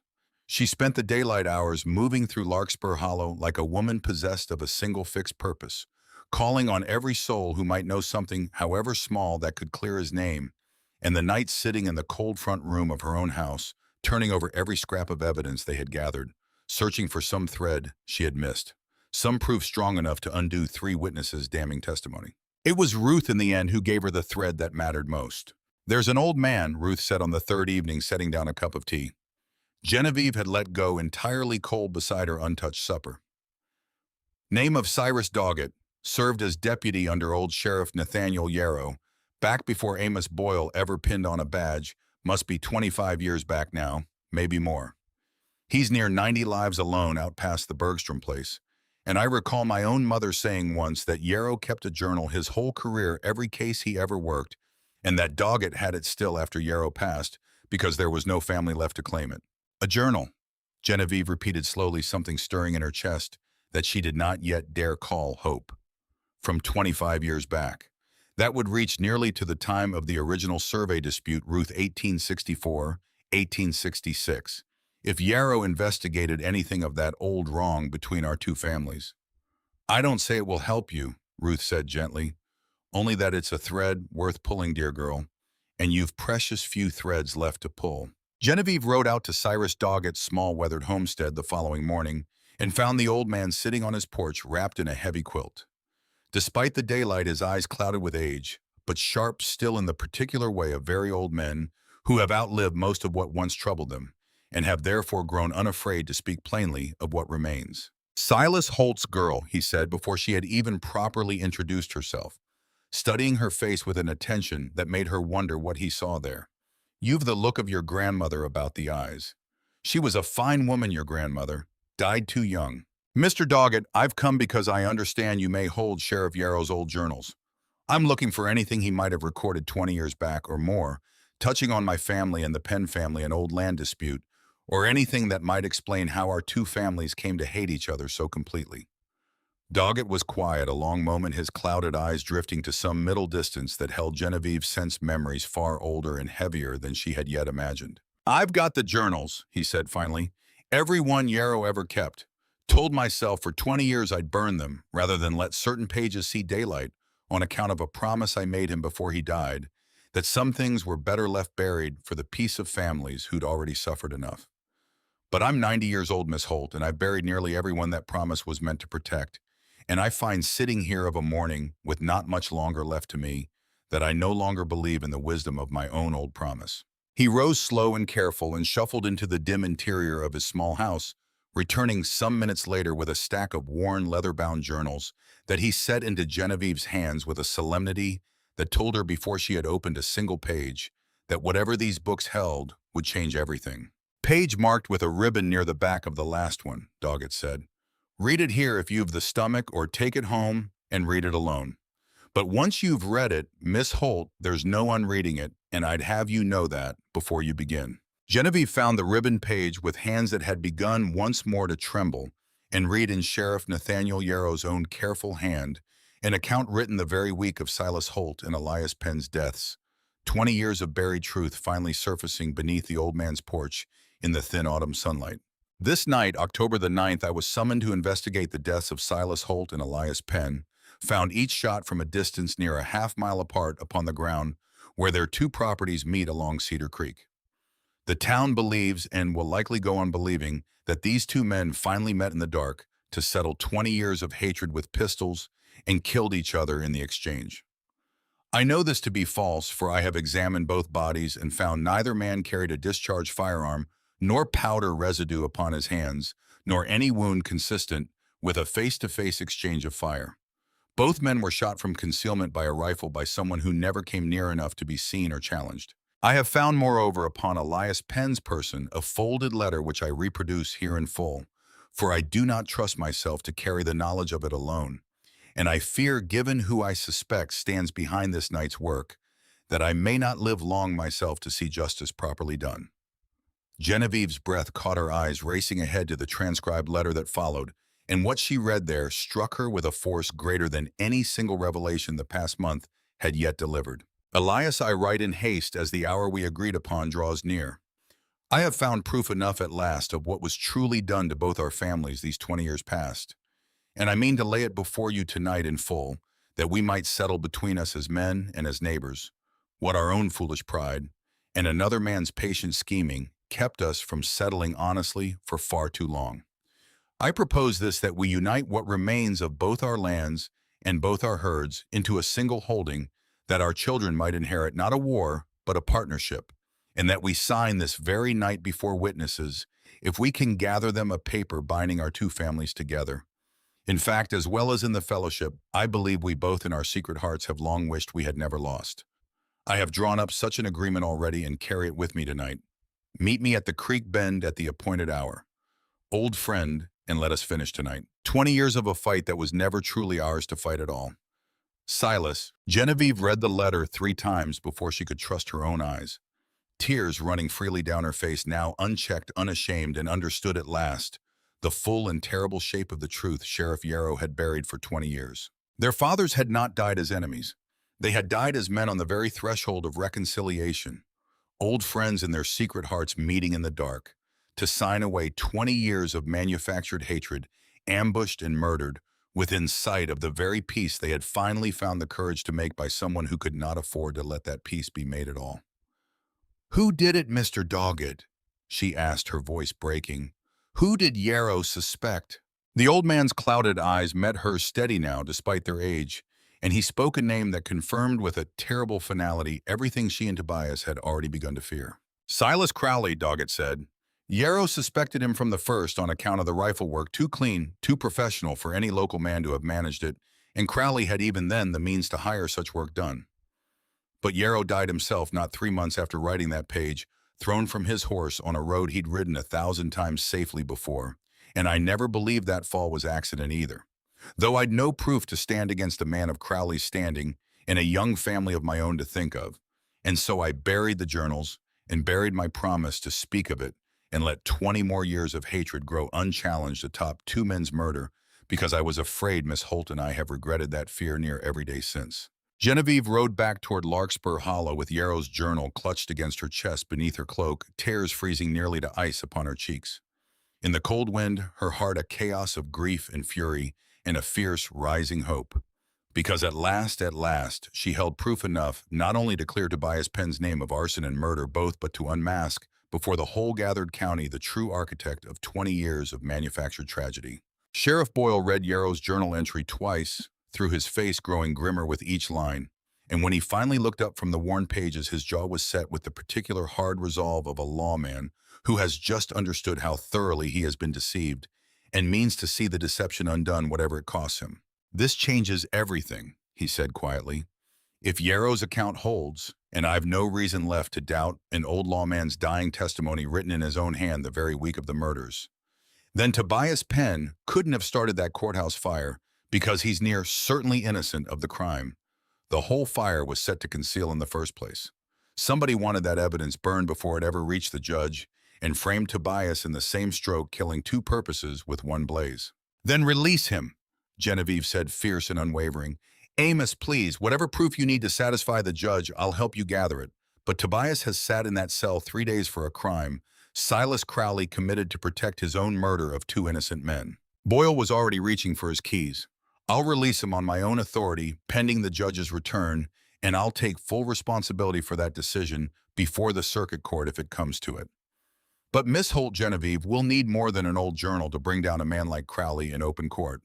We'll need the 3 witnesses who placed Tobias near that fire to recant or to be shown false, and we'll need some proof beyond Yarrow's word alone that Crowley ordered both the original forgeries and this latest arson." It was Peabody, the nervous young bank clerk, who broke first when Genevieve and Boyle came to him that same afternoon with Yarrow's journal laid open before him.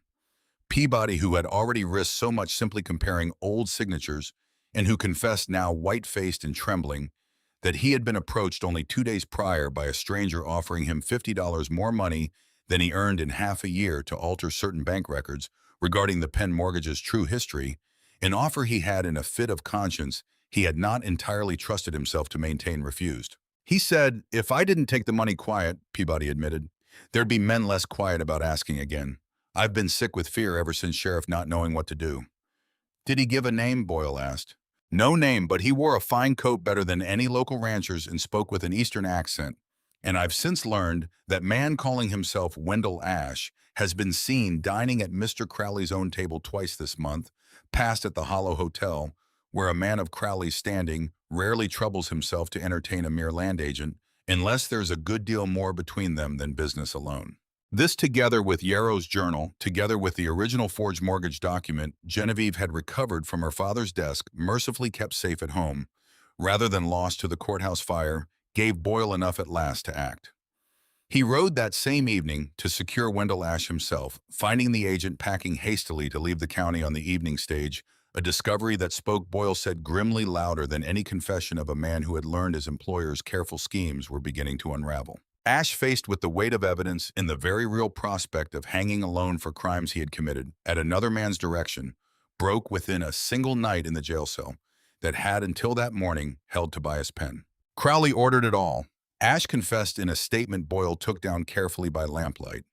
Genevieve and Tobias both present as witnesses at Boyle's own insistence, since he judged rightly that no one in the county would question the sheriff's fairness if both feuding families stood together to hear the truth confirmed. The forged mortgages he'd been planning it a decade or more, buying up ranches cheap once their owners believed themselves ruined by natural bad luck or old family grudges, never once suspecting a single man's hand behind the whole slow collapse. When Silas Holt and Elias Penn started asking questions this autumn, comparing notes near enough on old grievances that didn't sit right with either of them anymore, Crowley judged them too dangerous to let live. "I didn't fire the rifle that killed them," Ash added quickly, his voice cracking with the particular desperate honesty of a man trying to save what little he could of his own neck. "I swear that before God I never killed a soul myself. But I knew who did the hiring, and I knew why, and I held my tongue for the money, same as I've held it for a decade of forgeries, and may God forgive me for it, because I don't expect this county ever will." "And the fire," Boyle pressed. "The courthouse. Tobias Penn's arrest." "Crowley's own hired men set the blaze," Ash said. "Same two he sent to frighten Miss Holt off the Ridge Road a fortnight back. He paid 3 loafers from the Hollow Hotel bar a week's wages each to swear they'd seen Penn near the east door with coal oil.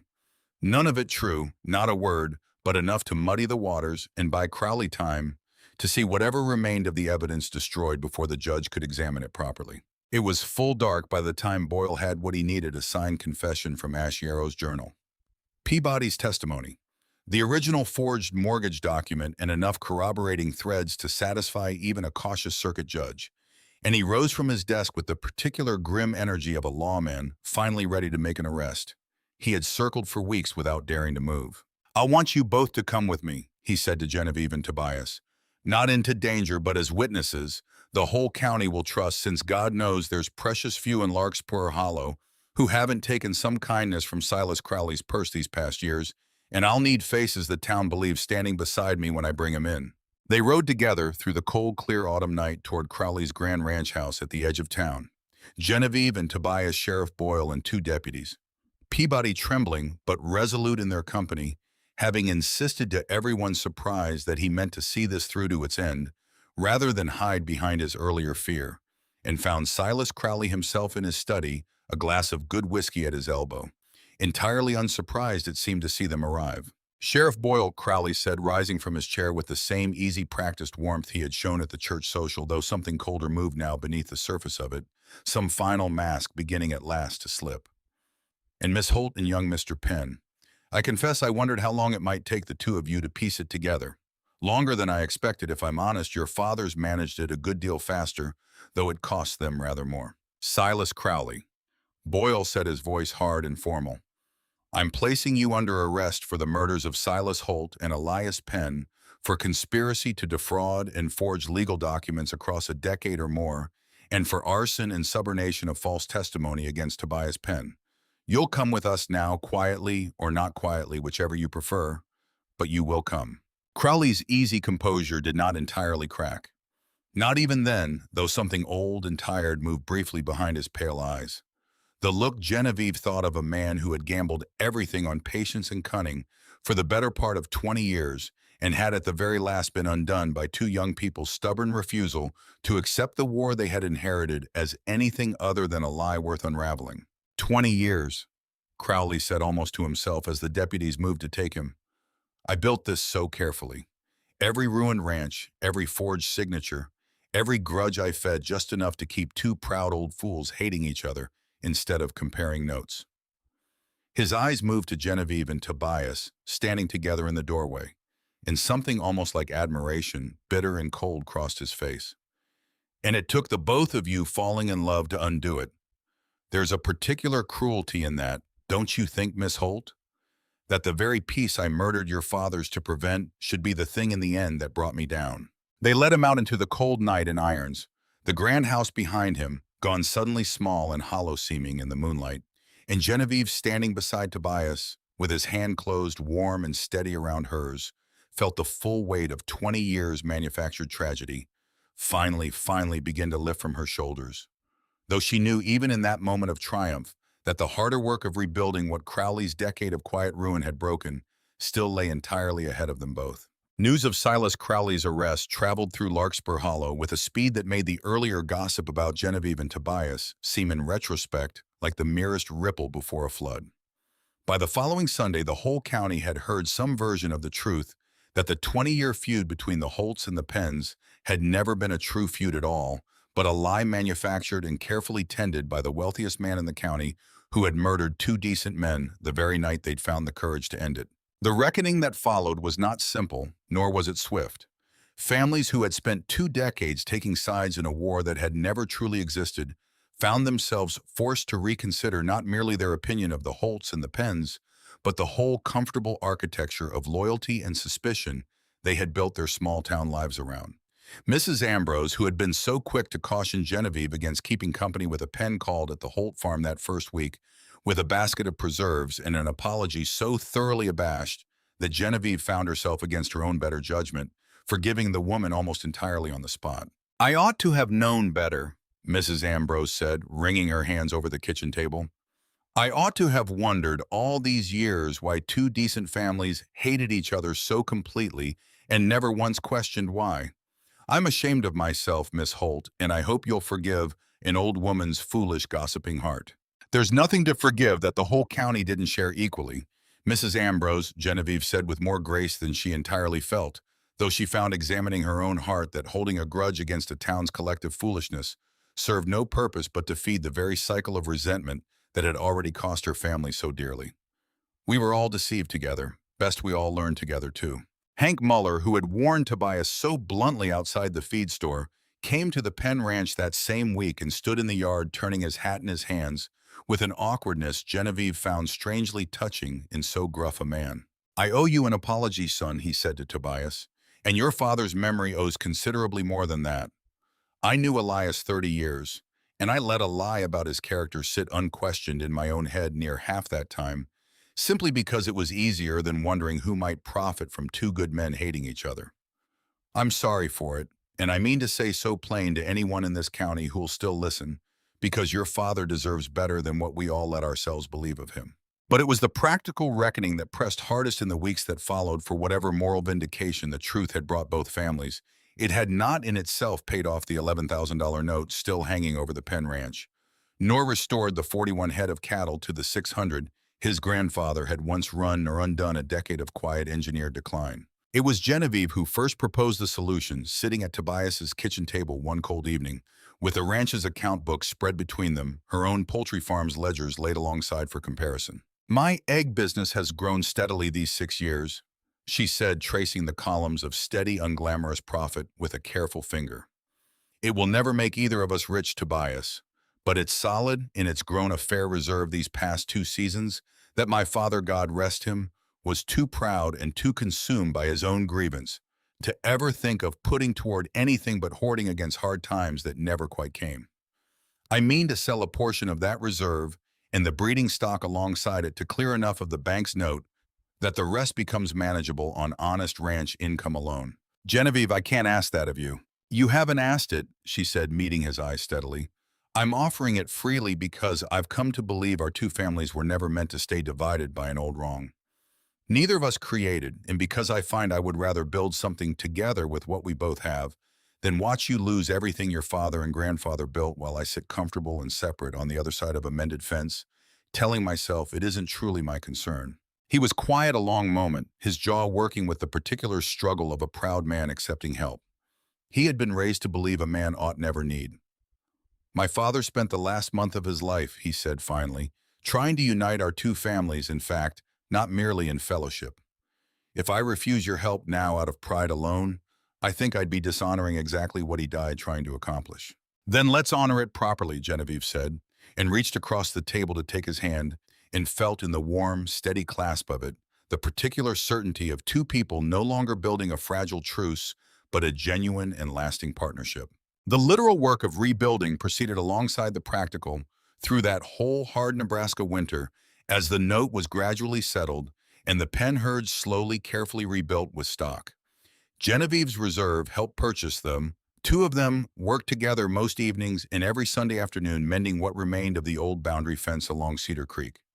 Not because the line between their properties mattered any longer in the old divided sense, but because the labor itself had become for both of them a kind of ritual, a way of marking post by post and wire by wire the slow transformation of a boundary once built to keep two families apart into something closer to a bridge. By the time the first hard snow fell in December, the fence stood whole and true along its entire length for the first time in a generation, and Genevieve, riding the line with Tobias in the pale winter afternoon light, thought that she had never in her life felt so thoroughly, so unexpectedly at home. The circuit judge, won as his delayed carriage finally reached Larkspur Hollow, and he had been made fully acquainted with the mountain of evidence Sheriff Boyle had assembled, moved the case against Silas Crowley forward with a swiftness that surprised even those who had followed the whole terrible business most closely. There was, the judge observed dryly at the arraignment, remarkably little ambiguity left to argue. Once a signed confession, a dead sheriff's journal, a bank clerk's testimony, and a forged mortgage document had all been laid before the court in careful order. Crowley's own attorney, a capable man brought in from Omaha at considerable expense, argued what he could that Ash's confession had been given under duress of imprisonment, that Yarrow's journal was hearsay from a man 20 years dead and unable to be cross-examined, that the forged signatures, however suspicious, proved forgery without proving conclusively who had ordered it done. But the weight of evidence gathered piece by careful piece over weeks of danger and grief and slowly kindling love proved too great for even skilled argument to dismantle. And when the trial itself convened in the rebuilt courthouse, the records room still smelling faintly of smoke and fresh lumber, a bitter irony not lost on anyone present. The town of Larkspur Hollow turned out in numbers that filled the gallery past its ordinary capacity and spilled out into the square beyond every soul in the county wanting to witness firsthand the unraveling of a lie that had shaped their whole community for a generation. Genevieve testified on the second day, her voice steady despite the crowded room, describing the forged signature she had found in her father's desk and the careful comparison that had first revealed its falsehood. Tobias testified after her recounting his father's final cryptic words about an old wrong soon to be set right, and the growing certainty that had led them together to the county recorder's dusty survey records. Old Cyrus Doggett, brought into town at Boyle's own careful arrangement, gave testimony from a chair set specially for his 90-year-old frame, his clouded eyes fixed steadily on Silas Crowley across the courtroom as he recounted in his slow, deliberate way the fear that had kept him silent for 2 decades, and the relief plain in every word of finally setting that fear down. "I should have spoken sooner," Doggett told the court, his voice carrying with unexpected strength despite his age. "2 men might have lived had I found the courage 20 years back that I've only now found at 90 with precious little left to lose. I'll carry that regret to my own grave whenever it comes, but I'll carry it easier, I think, knowing the truth's been told at last, however late." The most damning testimony of all came from Wendell Ash himself, who had agreed in exchange for the court's leniency regarding his own lesser role in the scheme to testify fully against the man who had employed him, describing in detail the decade-long pattern of forged mortgages, purchased silence and quiet ruin that had allowed Silas Crowley to acquire piece by careful piece some 6,000 acres of the county's finest ranching land at a fraction of its honest worth, all while maintaining in public the careful appearance of a generous benefactor whose charitable donations had bought him standing enough to escape suspicion for the better part of 20 years. "He told me once," Ash testified, his voice hollow with what seemed genuine shame, "that the surest way to hide a great crime was to bury it beneath a great many small kindnesses. Folks remember who paid for the schoolhouse roof," he said. "They don't think to ask where the money came from." Silas Crowley himself said little throughout the trial's proceedings, sitting with the same cold, composed dignity he had shown the night of his arrest.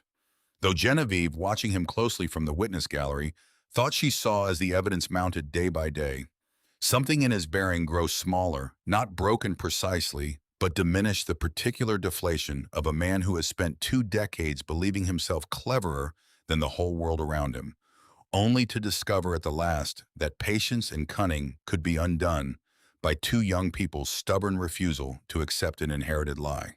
The jury deliberated less than 4 hours before returning a verdict of guilty on all counts murder in the deaths of Silas Holt and Elias Penn, conspiracy to defraud forgery, arson and subornation of perjury, and the judge in sentencing Crowley to hang for the murders. Come spring, spoke words that Genevieve would carry with her the rest of her life delivered in a courtroom gone utterly silent. But for the creak of the old floorboards and the soft weeping of Widow Yancey, whose own late husband's ranch had emerged during the trial, had been among the earliest of Crowley's quiet ruinations. This court has heard these 3 days past a story that ought to trouble every soul in this county long after today's verdict is rendered, the judge said. Not merely the story of one man's greed, terrible as that greed proved to be, but the story of an entire community that allowed itself for 20 years to believe the worst of its neighbors, rather than ask the harder question of who might profit from that belief. Let this verdict stand as more than justice for 2 murdered men. Let it stand as a warning against the easy comfort of inherited hatred and a testament to what 2 people willing to question what they were taught to believe can accomplish when they choose truth over the easier, crueler lie. Genevieve and Tobias walked out of the rebuilt courthouse together that afternoon into clean, cold winter. Sunlight, the whole terrible business of the past 3 months, finally truly concluded and found waiting on the courthouse steps. Nearly the whole assembled town of Larkspur Hollow, not to gossip now, nor to judge, but simply to stand witness to the quiet, hard-won ending of a story that had in one way or another touched every family in the valley. It's finished, Tobias said softly, his hand finding hers as they descended the steps together into the waiting crowd. 20 years, Genevieve, and it's finally truly finished. Not finished, Genevieve said, looking up at him with a warmth that had over these 3 hard months grown into something she no longer needed to guard so carefully against. Only ended the old part of it. I think what comes next is something altogether different, something we get to build ourselves rather than inherit. Spring came late to Nebraska that year, as it often did. Winter's grip lingering stubbornly into April before the first true thaw finally broke across the prairie, the snow retreating in patches to reveal the brown waiting earth beneath the cottonwoods along Cedar Creek, beginning at last to bud with the tentative green promise of the growing season. It was Ruth who first raised the question of a wedding some weeks after Crowley's sentencing, catching Genevieve alone in the henhouse one gray March morning with the particular directness she had earned the right to over a lifetime of near motherly devotion. "You mean to marry that man, don't you?" Ruth said, not quite a question, watching Genevieve gather eggs with hands that had, Ruth observed dryly, been considerably less steady these past weeks than the simple task of egg gathering generally required. "I hadn't thought so far ahead," Genevieve said, which was not strictly true, and Ruth's raised eyebrow told her the lie had not landed. "Dear girl, you've been riding to that man's ranch 3 evenings a week since the snow first melted enough to make the road passable, and I've watched you come home each time with a face that fair glows in the dark. There's no shame in it. I only ask because a woman my age likes to know whether she ought to start planning a wedding supper or whether I'm simply imagining things." Genevieve found laughing, despite herself, that she could no longer pretend the question was premature. Tobias had, in fact, asked her precisely that question 2 evenings prior, kneeling with an awkward, endearing formality in the very pasture where they had first mended fence together the previous autumn, holding out a ring that had belonged. He told her, his voice rough with an emotion he made no effort to hide. To his own mother, the formidable woman who had set his broken arm herself rather than pay a doctor's fee, and who had all those years ago wondered aloud why the sweetest pasture in the valley had ever passed from Penn hands to Holt hands at all. "I should like," he'd said, "for the whole of what our 2 families lost these 20 years to be paid back at last in something better than money or land. I should like us to build together exactly what my father meant to build with yours, the night he never lived to finish it. One family from what was once 2 joined, not by an old wrong, put right on paper alone, but by love freely chosen that no forged signature or manufactured hatred could ever again come between." Genevieve had said yes before he had entirely finished speaking, and had laughed through tears at her own eagerness, and Tobias had laughed with her, and they had stood together in the thawing pasture a long while, saying very little more.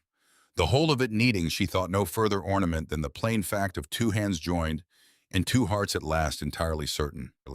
The wedding, when it came in early May, was held in the pasture where the 2 properties met, no longer divided by any fence at all, since Tobias and Genevieve had, in the months since the trial begun, the slow legal work of formally combining the Holt and Penn lands into a single holding, a partnership neither death nor decades of manufactured grudge would ever again unmake. They chose for the ceremony itself the great spreading oak that stood near the creek bend, the very 40 acres of contested coveted ground that had unknowingly set the whole tragic chain of events in motion nearly 20 years before, and which now restored at last to shared and honest ownership, seemed to both of them the only fitting place to stand and pledge what their fathers had died trying too late to build. It seems only right, Tobias had said when they'd chosen the spot, that the ground which caused so much grief should be the very ground that finally heals it. The whole of Larkspur Hollow turned out for the wedding, it seemed, filling the pasture with wagons and picnic blankets, and the particular warm, festive energy of a community that had, over the past hard winter, come to understand its own capacity for both cruelty and redemption, and wished now to celebrate the redemption as fully as it once unknowingly had fed the cruelty. Mrs. Ambrose brought 3 pies. Hank Muller stood as an usher, gruffly proud of the small role he'd been given. Old Ezra Dunmore, dressed in his one good suit, sat in the front row of chairs beside Ruth Calloway, the two of them having discovered over the winter's shared labor of 2 ranches, becoming one, a friendship of their own that made Genevieve smile every time she caught them bent together over some shared joke. Cyrus Doggett, brought out from his homestead in a borrowed wagon, sat with a place of honor near the front, and it was he who, when Reverend Whitcomb called for any who wished to speak before the vows were said, rose slowly to his feet, with the particular solemn dignity of a very old man, determined to say a thing properly before his chance to say it passed forever. "I knew both these young people's grandfathers," he said, his voice carrying clear and strong despite his age in the hushed waiting pasture. "I knew the truth of what was done to their families for 20 years, and held my silence out of fear, and I've carried the weight of that silence longer than most folks here have been alive. I'll say only this, and then I'll sit back down and let these two get on with the joy they've rightly earned. Whatever wrong was done in 1866, whatever grief and blood it cost across 2 decades since it ends today, in this pasture beneath this old oak, in the plainest and best way any wrong can ever truly be ended, not with more grievance but with love freely given and a family made whole again." The vows themselves were simple, unadorned, exactly the sort of vows 2 people raised on hard prairie honesty would choose, promises of partnership through hardship of honesty, even when honesty proved difficult, of a home built on truth rather than inherited fear.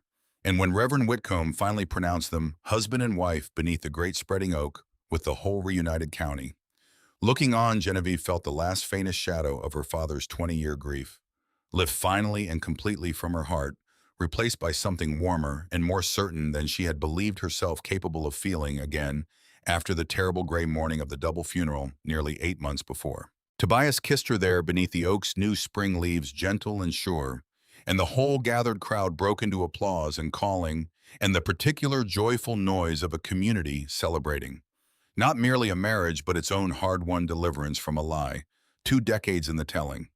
And Genevieve, laughing and crying at once, in her new husband's arms, thought that she had never in her whole life felt so thoroughly, so completely home. It was near a month after the wedding, on a warm June evening, with the first hay of the season already cut and drying golden in the fields, that an elderly attorney from Omaha named Cornelius Vance arrived unannounced at the newly combined Penholt Ranch, asking for both Tobias and Genevieve by name, and carrying with him a small sealed leather case that he handled. Genevieve noticed at once with the particular careful reverence of a man delivering something he considered sacred. "Mr. and Mrs. Penn," he said, once Ruth had shown him into the front room and provided coffee, which he accepted gratefully after what he described as a long and dusty journey by rail and then by hired carriage. "Forgive my arriving without warning. I was the personal attorney of both your late fathers, retained jointly by them some years past for a purpose I was sworn under strict instruction never to reveal unless certain very particular conditions were met." "What conditions?" Tobias asked, exchanging a glance with Genevieve that carried, she thought, the same startled premonition she herself felt gathering. "That both of you should marry," Vance said simply. "Your fathers came to me together, Mr. Penn, Mrs. Penn, some 8 months before their deaths in February of last year, having reconciled in private a good deal earlier than either of your own accounts of that final autumn might suggest. They retained my services to draw up a legal document and instructed me most explicitly that it was to remain sealed unread even by myself beyond what was necessary to prepare it properly, until such time as their 2 children should either marry one another, uniting the families formally as your fathers themselves had long wished to do, or until 20 years had passed without such a marriage occurring, at which point I was instructed to destroy the document, unread and unrevealed. Genevieve felt her heart lurch strangely, some instinct rising in her that told her this document, whatever it held, was going to overturn once more the whole careful understanding she and Tobias had built these past 8 months of grief and investigation and slowly kindling love. "You said February of last year," she said slowly. "But Tobias's father spoke to him of an old wrong he meant to put right before the snow flew. That was in September, only weeks before he died. We believe that was when they first began meeting in secret. They had been meeting and corresponding and rebuilding what I understood to be a friendship. Both sincerely mourned losing for the better part of a full year before their deaths," Vance said gently. "The September conversation your husband recalls was not the beginning of their reconciliation, Mrs. Penn, but very nearly its conclusion, the final steps of a peace they had been building carefully privately for many months, precisely because they feared correctly, as it turned out, that revealing their reconciliation too soon might invite the very danger that ultimately claimed both their lives." He opened the leather case with careful, deliberate hands and produced a single sealed envelope, yellowed slightly with the year and a half it had spent locked away, bearing in a hand Genevieve recognized instantly, and with a fresh wave of grief as her own father's careful writing. The simple inscription, "For my daughter, Genevieve, and for Elias's son Tobias, on the day they choose as their fathers, once chose too late to build together what fear and pride had cost us both for 20 years. I was instructed to deliver this only upon your marriage," Vance said. "Word reached me of the ceremony some weeks past through the territorial newspapers, which carried a fuller account of the whole remarkable business than I confess I had expected the murders, the forgeries, Mr. Crowley's conviction. I came as soon as I could arrange the journey, believing your fathers would have wished this delivered without further delay." Tobias took the envelope with hands that trembled, breaking the seal carefully, and Genevieve moved close beside him, her own heart hammering, as he unfolded the document within and began, his voice growing rougher with each line, to read it aloud. It was in its essential nature exactly what the outline of its purpose had already suggested: a formal partnership agreement drawn up by Vance's own careful legal hand and signed by both Silas Holt and Elias Penn, dated the 14th of February, more than a year before either man's death, nearly 8 months earlier than either Genevieve or Tobias had believed their father's reconciliation had even begun. "We, the undersigned Silas Holt and Elias Penn, being of sound mind and full agreement, do hereby declare our intention to unite the Holt and Penn ranching properties into a single joint holding to be formally executed upon the earlier of two conditions: the marriage of our respective children, Genevieve Holt and Tobias Penn, should such a union come to pass through their own free choosing and without pressure from either family, or failing such a marriage upon a date 20 years hence, at which point the properties shall be united regardless, held jointly by whatever heirs then remain, that the senseless division of these 20 years past might finally formally be undone. We make this declaration not from any sudden sentiment, but from a full and sober reckoning of the wrong done to both our families by a hand we have only lately begun to suspect and have not yet proven, and from a deeper reckoning still of the wrong we ourselves did all these 20 years in nursing a grudge neither of us, if we are honest before God and each other, can any longer clearly recall the true cause of. We were friends once as boys. We let pride and inherited suspicion cost us that friendship for the whole of our adult lives, and we will not, God willing, let our children inherit the same foolish cost. Whatever danger this reconciliation may yet bring upon us both, and we are not blind to the possibility that some party profits from our continued enmity and may not welcome its ending. We choose this day to risk that danger rather than carry our old cowardice one generation further. Signed in full agreement and restored friendship this 14th day of February. Silas T. Holt, Elias J. Penn. The signatures beneath Genevieve saw through tears that had begun unbidden to fall freely down. Her face were unmistakably genuine. Her father's true hand tremor and all the honest flourish of the T he had learned from his own father, nothing like the careful forgery that had once condemned him in the whole county's eyes. They knew, Tobias said, his own voice breaking entirely now, the paper trembling in his hands. Genevieve, they knew more than a year before they died that Crowley might be behind their family's ruin, or at least suspected some hand at work beyond their own foolish pride, and they chose reconciliation anyway, knowing the risk, because they'd rather have risked their own safety than let us grow up carrying the same grudge they'd carried. They'd already ended it, Genevieve whispered. Understanding now the full and aching shape of the tragedy, that the feud which had shaped both their childhoods, which had cost so much blood and grief and 20 years of manufactured hatred, had in truth already been quietly, privately ended by two proud old men choosing friendship over pride. More than a year before, Crowley's rifle finally silenced them both. The whole time we were investigating Tobias, uncovering the forgeries, hunting for the truth behind their deaths, they'd already found their own way back to each other long before either of us thought to look for it. We weren't building something new at all. We were only finally finishing what they'd already begun. Vance watching the two of them with the quiet satisfaction of a man who had faithfully kept a difficult promise for a year and a half and was glad at last to see it properly discharged, rose to take his leave but paused at the door to add one final piece. "There is one thing more I might tell you if it would bring any comfort," he said. "Your fathers asked me that February afternoon when they first came to my office why they had waited so long, 20 years nearly, to make peace, that neither of them in their private hearts had ever truly wanted to lose. Elias Penn said something I have never forgotten in all the years since. He said, 'Pride is a poor substitute for the thing it cost you, Mr. Vance.